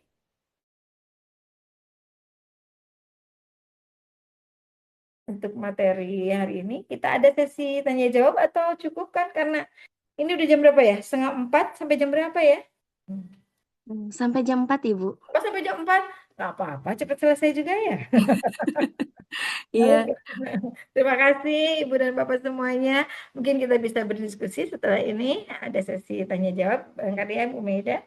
Maka dipersilakan. Insya Allah, tabarakallah. Terima kasih Ibu atas pemaparan materinya yang sangat luar biasa. Itu memang relate banget ya sama kita sebagai pendidik. Betul. Eh, lalu apa yang Ibu sampaikan juga memang sangat betul sekali. Eh, saya tuh yang notice banget ada ayo cegah kekerasan yang 10B. Nah, itu bisa disampaikan Siap, ke siap, siap, siap. nanti di sekolah-sekolah gitu Ya, ya, siap, ke ya. BK ataupun yang ke kesiswaan gitu. Lalu juga saya tadi melihat juga ada yang Ibu sampaikan itu perihal adanya bersinergi dengan pihak luar. Hmm, misalnya bisa dari kecamatan gitu kan, terus atau nanti ke kabupaten, kalau masih belum terselesaikan bisa ke pusat dan seterusnya.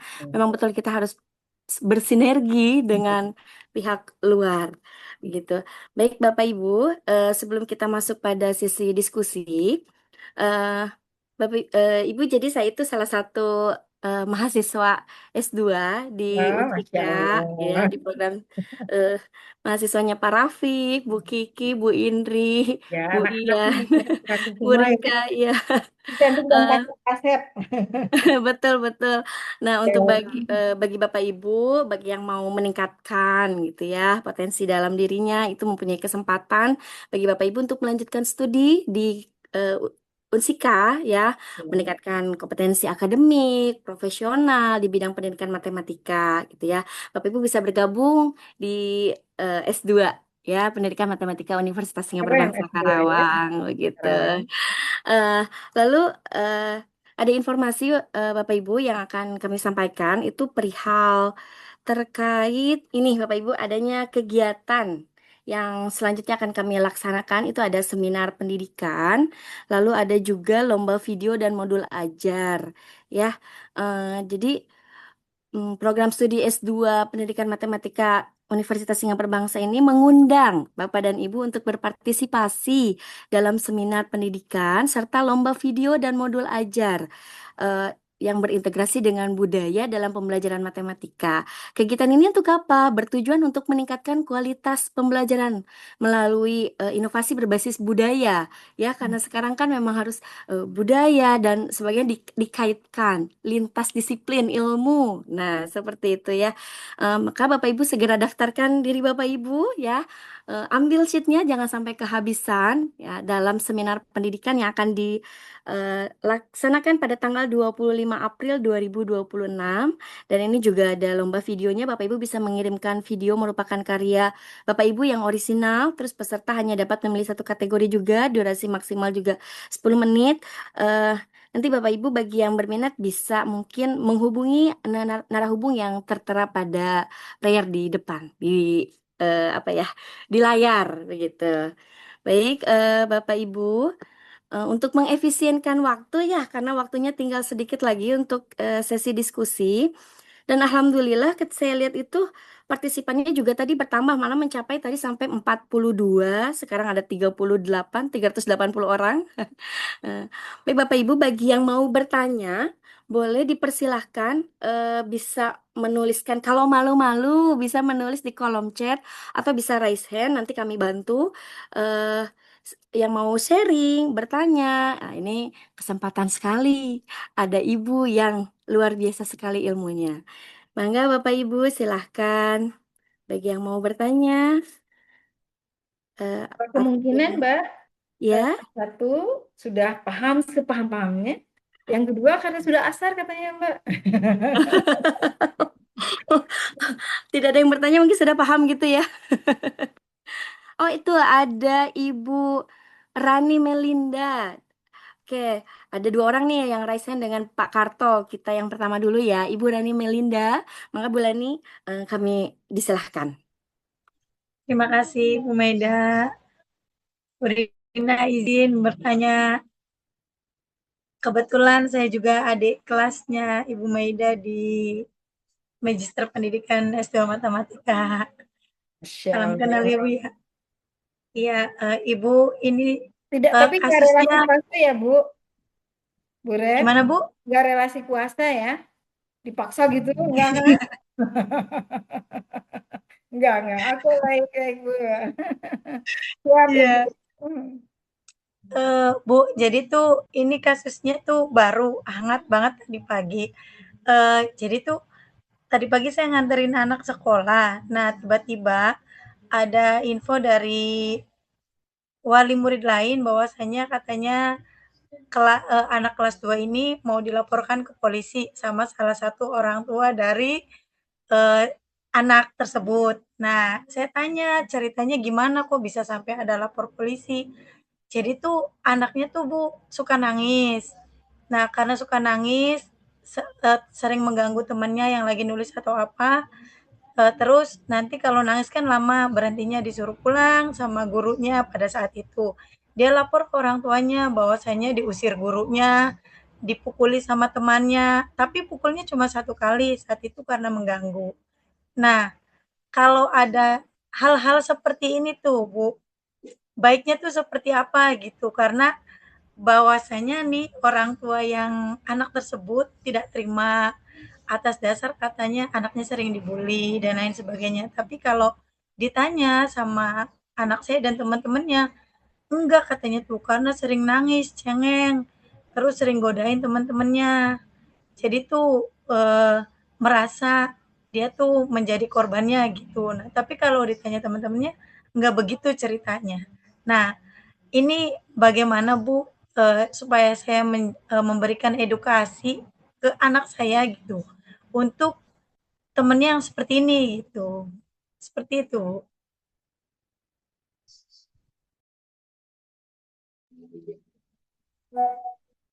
Langsung aja ya, Bu Meda, atau Ya, gimana? mohon mangga Ibu. Terima kasih ya Ibu Ah, Rani atas pertanyaannya.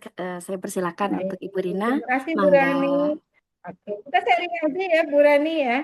Karena memang kasusnya kan bukan satu ya, tentang seperti ini kayaknya sih. Ada beberapa kasus mungkin yang pernah terjadi juga di Saya juga pernah ada kasus yang masuk ke Puspaga terkait dengan anak yang udah nggak mau sekolah gitu.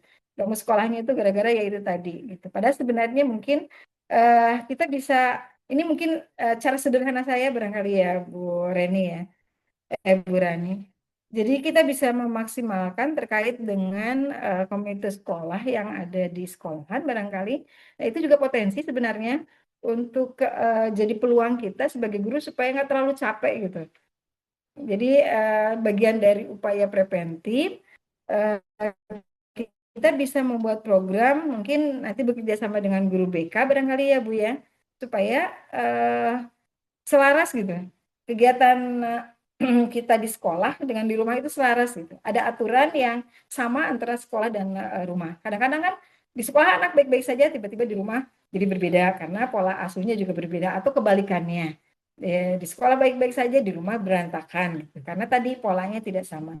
Nah, untuk mensinkronkan salah satu upayanya itu adalah dengan tadi berkolaborasi dengan komunitas sekolah, buat program yang memang mungkin tadi salah satunya adalah untuk menyampaikan konsekuensi apa yang terjadi kalau misalnya anak-anak bermasalah di sekolah, atau mungkin bisa juga berbicara terkait dengan disiplin.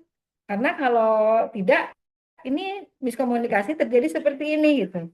Jadi kan semua orang tua pasti akan membela anaknya ya Bu ya. Atau ada orang tua yang nggak bela, sejelek-jeleknya anak pasti akan dibela anak orang tuanya gitu. Itu kan rumusnya begitu ya. Jadi semua orang tua pasti akan membela anaknya. Tetapi mungkin salah satu cara yang ininya mungkin ya boleh barangkali Bu Rani dipanggil dulu orang tuanya supaya tidak terjadi miskomunikasi. Kalau misalnya orang tuanya kekeh, maka perlu ada orang ketiga. Orang ketiga itu bisa melibatkan misalnya lembaga atau yang lainnya, supaya kan masa cuman karena masalah anaknya nangis lalu diperkarakan. Ini juga kan kasihan kepolisiannya, udah masih banyak kasus, ditambah kasus begini ya Bu Rani ya. Pusing kepalanya nanti kepolisiannya. Jadi kalau menurut saya masih banyak beberapa alternatif untuk menyelesaikan internal dulu supaya nanti tidak meluas. Karena kadang-kadang sekarang kan ego orang tuh di atas rata-rata ya. Jadi kata dia begitu ya begitu aja gitu. Padahal sebenarnya kita masih punya peluang untuk melakukan atau menyelesaikan masalah dengan cara yang lain. Barangkali begitu ya, kita coba dulu ya Bu Rani. Kalau misalnya belum selesai, boleh Bu Rani ke Puspaga, Pusat Pemberdayaan Keluarga, barangkali nanti kita bisa mediasi, kita bisa bekerja sama. Insya Allah Bu, di Puspaga juga kita menangani terkait dengan masalah-masalah supaya tidak meluas keluar, atau mungkin nanti kalau sudah ke PPA akan repot lagi nanti, karena nanti itu berkaitan dengan masalah hukum. Itu ya Bu Rani ya. Siap, Bu Rani. Insya Allah saya Baik, Ibu, ada terima tips kasih. ya, Bu. Baik, Mangga. Bagaimana Bu Rani? Sudah jelas mungkin saran dari Ibu Rina? Ya, siap, Ya, jelas, Bu. Terima ya kasih, nanti Bu. ya Mangga. intern dulu ya Bu. Nanti kalau kita sudah masuk PPA itu eh, apa ya? Kita ditanyanya hampir 3 jam Bu. Saya juga saat itu lama kalau udah masuk PPA. Penyidik Itu dulu ya, Bu. betul segitu saya Jadi didampingi oleh energinya dulu. terbawa. Betul, oleh P2 TP2A dulu. Ya, didampingi itu lama, Ibu. Mudah-mudahan dengan intern bisa selesai ya, tidak perlu viral gitu. Hatur nuhun ya Bu Rani. Baik, selanjutnya Ya, ini juga ada di kolom chat juga, tapi mungkin ke Pak Karto dulu ya, yang sudah raise hand. Mangga Pak Karto, dipersilahkan. ya Bapak. Ya, terima kasih Bu Mei atas kesempatannya. Assalamualaikum warahmatullahi wabarakatuh. Ini Waalaikumsalam. yang kami hormati, izin bertanya. Seperti yang tadi Ibu sebutkan di awal, sekolah itu paling tidak harus menjadi rumah kedua bagi anak atau menjadi lingkungan yang paling aman untuk siswa kita. Nah, apabila misalkan kita temui ternyata ada siswa yang merasa tidak aman di sekolah kita, akhirnya melakukan penarikan diri secara ekstrim.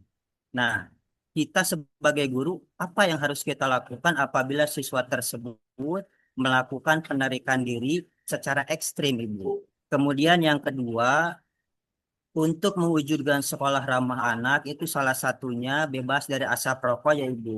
Nah, banyak yang kita temui ternyata di sekolah itu masih ada saja guru yang merokok di sekolah Ibu. Nah, kita sebagai rekan sejawatnya atau misalkan ya rekan dekatnya, bagaimana cara kita untuk mengingatkan bahwa sekolah kita itu adalah sekolah ramah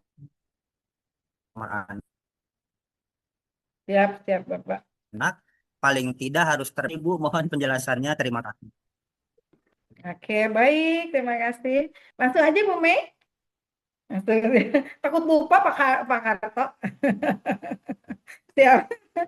Penarikan diri, izin Pak Karto, penarikan diri itu dia menarik diri tidak mau bersosialisasi atau menarik diri nggak ikut ini langsung nggak sekolah lagi atau bagaimana? Nah, berarti menarik diri secara ekstrimnya tidak ingin terlibat lagi dengan baik itu kegiatan sekolah maupun tidak sekolah lagi, Ibu. Pokoknya Oh, nggak mau ikut saja tidak sekolah seperti itu. nggak Secara sekolah ekstrim. gitu Iya, ya? Ibu. Oke, baik. Itu mungkin kita harus ada penanganan khusus ya, Bapak ya, karena tadi sekali lagi kalau dia sudah menarik diri itu artinya bahwa dia betul-betul sudah tidak sanggup untuk ada di lingkungan tersebut kan. Nah, penyebabnya mungkin bisa banyak gitu. Mungkin karena tipe kepribadiannya, atau mungkin juga karena ada pengalaman traumatik, atau mungkin ada hal lain. Nah, itu kan harus ada observasi mendalam barangkali terkait hal tersebut. Jadi mungkin Bapak bisa saja memberikan saran kepada keluarganya, boleh barangkali berkonsultasi kepada pihak-pihak terkait dengan anak tersebut. Kalau misalnya anaknya tidak terbuka kepada orang tuanya, artinya kan kita harus melibatkan yang lainnya ya Pak ya, supaya pihak sekolah nggak disalahkan gitu. Kan kalau sekolah memfasilitasi ya Pak, tapi kalau dia menarik diri, padahal sebenarnya sekolahnya sudah menjadi sekolah yang ramah dan sekolah yang aman untuk yang lainnya.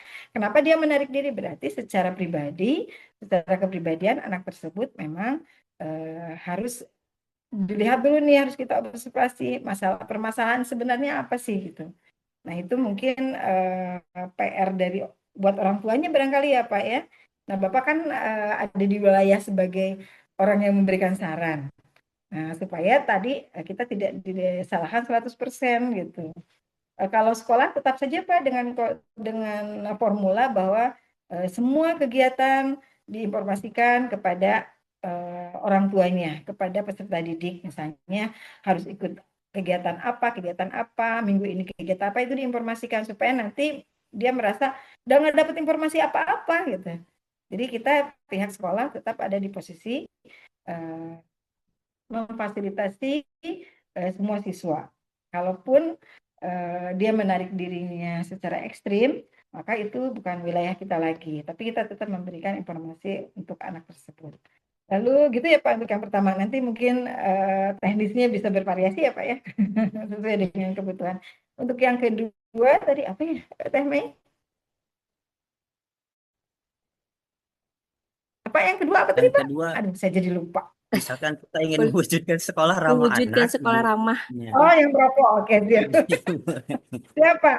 Itu mah PR buat kita semua ya, Pak ya.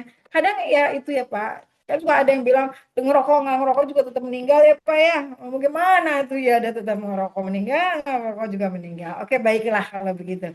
Tapi tetap, Pak, kan sudah ada permennya berkaitan dengan ruang bebas rokok. Salah satunya rumah sakit, sekolah, kalaupun ada tempat merokok, manggalah difasilitasi barangkali Pak, ada ruangan khusus lah. Kayaknya di matematika juga ada ruangan khusus tuh Pak Rafiq ya, Bapak Kaprodi ya. Ruangan khusus, satu ruangan gitu. Kalau bisa mah ruangannya jangan besar, kecil aja supaya asap rokoknya keisap sendiri gitu ya Pak. Kalau Pak Karto pasti setuju ya. Kalau menurut saya sih difasilitasi aja Pak, karena kan di mall juga ada ruangan khusus gitu. Karena katanya itu hak asasi manusia, manggalah. Tapi jangan ajak-ajak yang lain, karena ternyata dari hasil penelitian, kalau perokok pasif juga punya potensi yang sama kalau sakitnya gitu. Jadi itu juga harus dipahami oleh semua teman-teman yang merokok. Jadi mungkin Pak Karto adalah guru yang punya konsen, ayo sehat sehat gitu ya Pak ya. Tapi nanti dijawab lagi, tengah rokok gue meninggal gitu. Gimana Pak Karta tuh kalau gitu? Gitu ya Pak Karta. Kalau menurut saya sih paket ada ruang khusus aja lah. Karena di sini juga ada ruang khusus gitu untuk yang merokok. Tapi kalau lihat permen, peraturan, memang ada fasilitas umum yang tidak diperkenankan untuk asap rokok. Rumah sakit, pendidikan, apalagi ya. Jadi ada beberapa tempat umum, fasilitas umum yang memang di mall juga ya. Di apa namanya transportasi kan tidak boleh ya Pak ya. Nah itu juga tidak diperkenankan. Begitu ya Pak. Di jalan raya, meskipun sebenarnya kita ngelihat juga yang naik motor ngerokok juga. Saya bilang, gimana ini asap kemana-mana ini percikannya. Sampai kerudung pada bolong-bolong dari mana asalnya? Oh ternyata asap rokok yang mereka pakai di jalan raya gitu. Gitu ya Pak ya. Terima kasih ya Pak sudah eh, apa namanya konsen terhadap tadi sehat. Salah satunya adalah dengan rokok. Dengan tidak merokok, salah. Dengan tidak merokok. Baik, terima kasih Pak. Terima kasih Ibu. Ya, siap-siap Bapak. Nggih. Bagaimana Pak Karto? Sudah terjawab? Sudah terjawab. Berarti nanti karakan guru, woi ulangan rokok gitu ya Bu Mei. Iya, Pak. Ya, tapi biasanya Pak kalau sama rekan sejawat mah sok rada aya baeudna gitu Pak. Nah, itu yang Itu dikhawatirkan suka itu ada Bu ya Mei. kan kalau sama rekan Baut sejawat. pasti. Betul. Jadi mungkin kalau di sekolah, di instansi itu ya kalau kita kan ke anak. Nah, kalau kita sendiri berarti kan ada kepala sekolah. Nah, tapi kepala sekolah yang bisa menindaklanjuti, misalnya ada ruangan. Betul kata Ibu, karena di Saci pun ada tuh Bu tulisannya juga Starbucks gitu. Bapak itu ada di mana? Ada di Starbucks. Nah, itu ada ruangan khusus untuk mereka gitu. Tapi memang ya walaupun tidak terlihat, ya anak-anak kan tahu ya kalau nyari bapak itu di mana di Starbucks kayaknya gitu. Hafalnya bunyi. Iya, tapi kan itu punya hak asasi eh, setiap orang ya gitu ya. Iya Mudah-mudahan Bu. saja setiap orang juga bisa menghargai orang-orang yang merokok bisa menghargai yang tidak merokok begitu, saling menghargai. Saling menghargai. Apalagi nanti kalau guru misalkan menyuruh anak Bu nih, jangan Bapak belikan rokok. Nah, paling banyak yang seperti itu. Iya, tak itu ya harusnya mah nggak boleh ya di sekolah bang belikan rokok ke budak. Aduh. Udah nggak ada kayaknya ya Pak atau masih ada sih? Udah Masih nggak ada ada kayaknya satu ya. dua tiga empat lima enam Oh, tujuh. banyak. Masya Allah. Tahu banget Masih Pak banyak. Karto ya. Siap, siap Baik, Pak Karto. Oke. Atur nuhun ya Pak Karto. Sampaikan Pak Karto semakin orang jadi peduli Pak. Mantap Pak. Iya, betul betul betul. Pak Karto peduli. Mm. Baik, hatur nuhun Pak Karto. Ibu tadi tuh saya baca di kolom chat ada pertanyaan, namun ketika saya cek ulang pertanyaannya sudah tidak ada. Atau mungkin Oke. ibunya Sepertinya sudah jam 4 ya udah mau istirahat. iya mungkin ya, sepertinya ada lagi yang mau bertanya, yang mau sharing, atau memang sudah cukup Bapak Ibu? Ada yang Alhamdulillah. mengganjal? Ah, ini ada. Dari siapa ini? Sebentar, di kolom chatnya banyak ini. Ya, Kita coba Pak cek. Suwarto. Pak Suwarto. Hmm. Ya, Mendikbud nomor 6 tahun 2026 tentang budaya sekolah aman dan nyaman yang Mm-mm. dirilis pada Januari 2026 oleh Kemendikbudristek bertujuan menciptakan lingkungan belajar yang bebas dari kekerasan, perundungan, dan diskriminasi. Oh, Masya Allah. Permendikbud ini cenderung memposisikan konflik dan ketegangan sebagai risiko yang perlu diminimalkan. Hmm. Sementara kenyamanan kognitif belum mendapatkan posisi dalam Permendikbud ini. Bagaimana pandangan Ibu tentang hal tersebut? Itu pertanyaannya Ibu yang pertama. Mungkin bisa dijawab dulu yang pertama. Pandangan Ibu tentang hal Saya baca tersebut. dulu, permen ini cenderung memposisikan konflik ketegangan sebagai risiko perlu diminimalkan. Sementara ketidaknyamanan kognitif, maksudnya ketidaknyamanan kognitif berkaitan dengan kemampuan kognitifnya barangkali ya, Bapak tentang Suwarto, pembelajarannya. Bapak Suwarto mungkin bisa dibuka mikrofonnya, bisa interaktif langsung nih, gitu ya kita. Izin Pak Suwarto. Assalamualaikum. Ya, Waalaikumsalam siap warahmatullahi. Bapak. Mangga Bapak. Gimana Ya, Pak Suwarto? iya mohon maaf ini Ya, di permen. ketidaknyamanan kognitifnya itu seperti apa ya Bapak Iya, Izin? mungkin. Ya, em, kadang apa namanya siswa kan hambatan berpikir itu kan kadang mengalaminya banyak gitu. Eh, Baik apa namanya eh, hambatan ini kan tentunya menimbulkan ketidaknyamanan. Aman nyaman itu apakah apa hanya terlihat pada kondisi fisik yang tadi diceritakan Ibu, yang dianggap sebagai kondisi yang tidak nyaman, apakah include terhadap pada apa namanya dalam proses pembelajaran itu kan aktivitas berpikir itu kadang kadang itu siswa juga mengalami ketidaknyamanan, entah itu apa namanya ketidakmengertian dan seterusnya. Apakah ini perlu dimasukkan ke dalam buah peraturan atau apakah ini merupakan bagian dari cara atau pendekatan belajar gitu. Terima kasih. Ini kalau yang kedua sekaligus saya konfirmasi Ibu, mohon maaf, beberapa melihat di sosial media itu kan Iya. beberapa seringkali guru menciptakan pembelajaran yang katanya menyenangkan. Hmm. Tujuannya adalah nyaman dan aman, siswa jadi suka dan seterusnya. Hmm. Tetapi terkadang ya ini saya hanya berkomentar aja, terkadang melihat di media sosial guru-guru mengunggah gitu ya. Mungkin termasuk saya yang terlalu berlebihan, yang katakan oleh pemerintah dikatakan bagian dari menyenangkan, joyful, itu terkadang dianggap sebagai berlebihan sehingga beberapa komentar guru berperan seperti badut dan bahkan komedian. Eh, jadi mestinya kayak gimana kita untuk bertindak dalam proses pembelajaran. Ini khususnya di apa namanya dalam proses pembelajaran itu Ibu. Karena kita guru kan tentunya sentuhannya kan di kelas. Hmm. Terima kasih. Oke, terima kasih Pak Suwarto. Beda ya kalau apa namanya guru yang produknya saya dengan Pak Suwarto dengan ibu-ibu yang baru. Jadi cara berpikirnya berbeda. Kalau begini Bapak, kalau menurut saya ya, kan kita nggak akan buat permen yang berbeda antara kognitif dengan misalnya berkaitan dengan sarana prasarana. Kalau menurut saya di dalamnya ini sudah terkandung. Memang kalau kita bicara yang aman dan nyaman atau ramah itu lebih ke arah berkaitan dengan bebas dari kekerasan, perundungan, diskriminasi dan intoleransi. Jadi hal empat itu yang disebut ramah. Tetapi kenyamanan secara psikologis itu juga bagian yang tidak terpisahkan. Jadi kalau kita bicara tentang kenyamanan psikologis itu kan aspeknya nggak cuma satu, tapi yang namanya psikologis itu ada kognitif, afektif, dan psikomotornya. Jadi semuanya adalah cakupan yang tidak bisa dilepaskan gitu.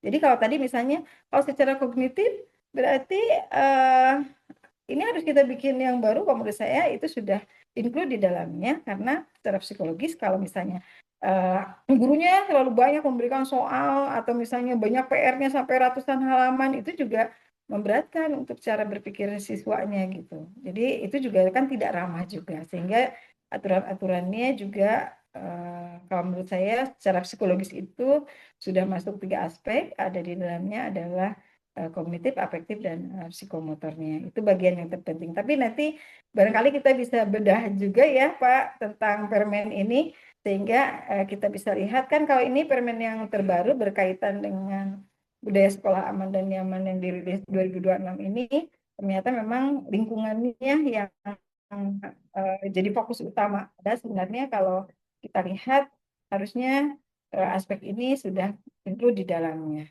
Clear Pak ya. Terus yang kedua, betul Pak, jadi kalau misalnya sesuatu yang berlebihan kan jadi aneh ya Pak ya. Jadi memang marwahnya kelihatannya seperti, oh gurunya jadi terlalu berlebihan gitu. Jadi marwah gurunya itu kemana? Terus Bapak mana beta siga badut kos gitu ya.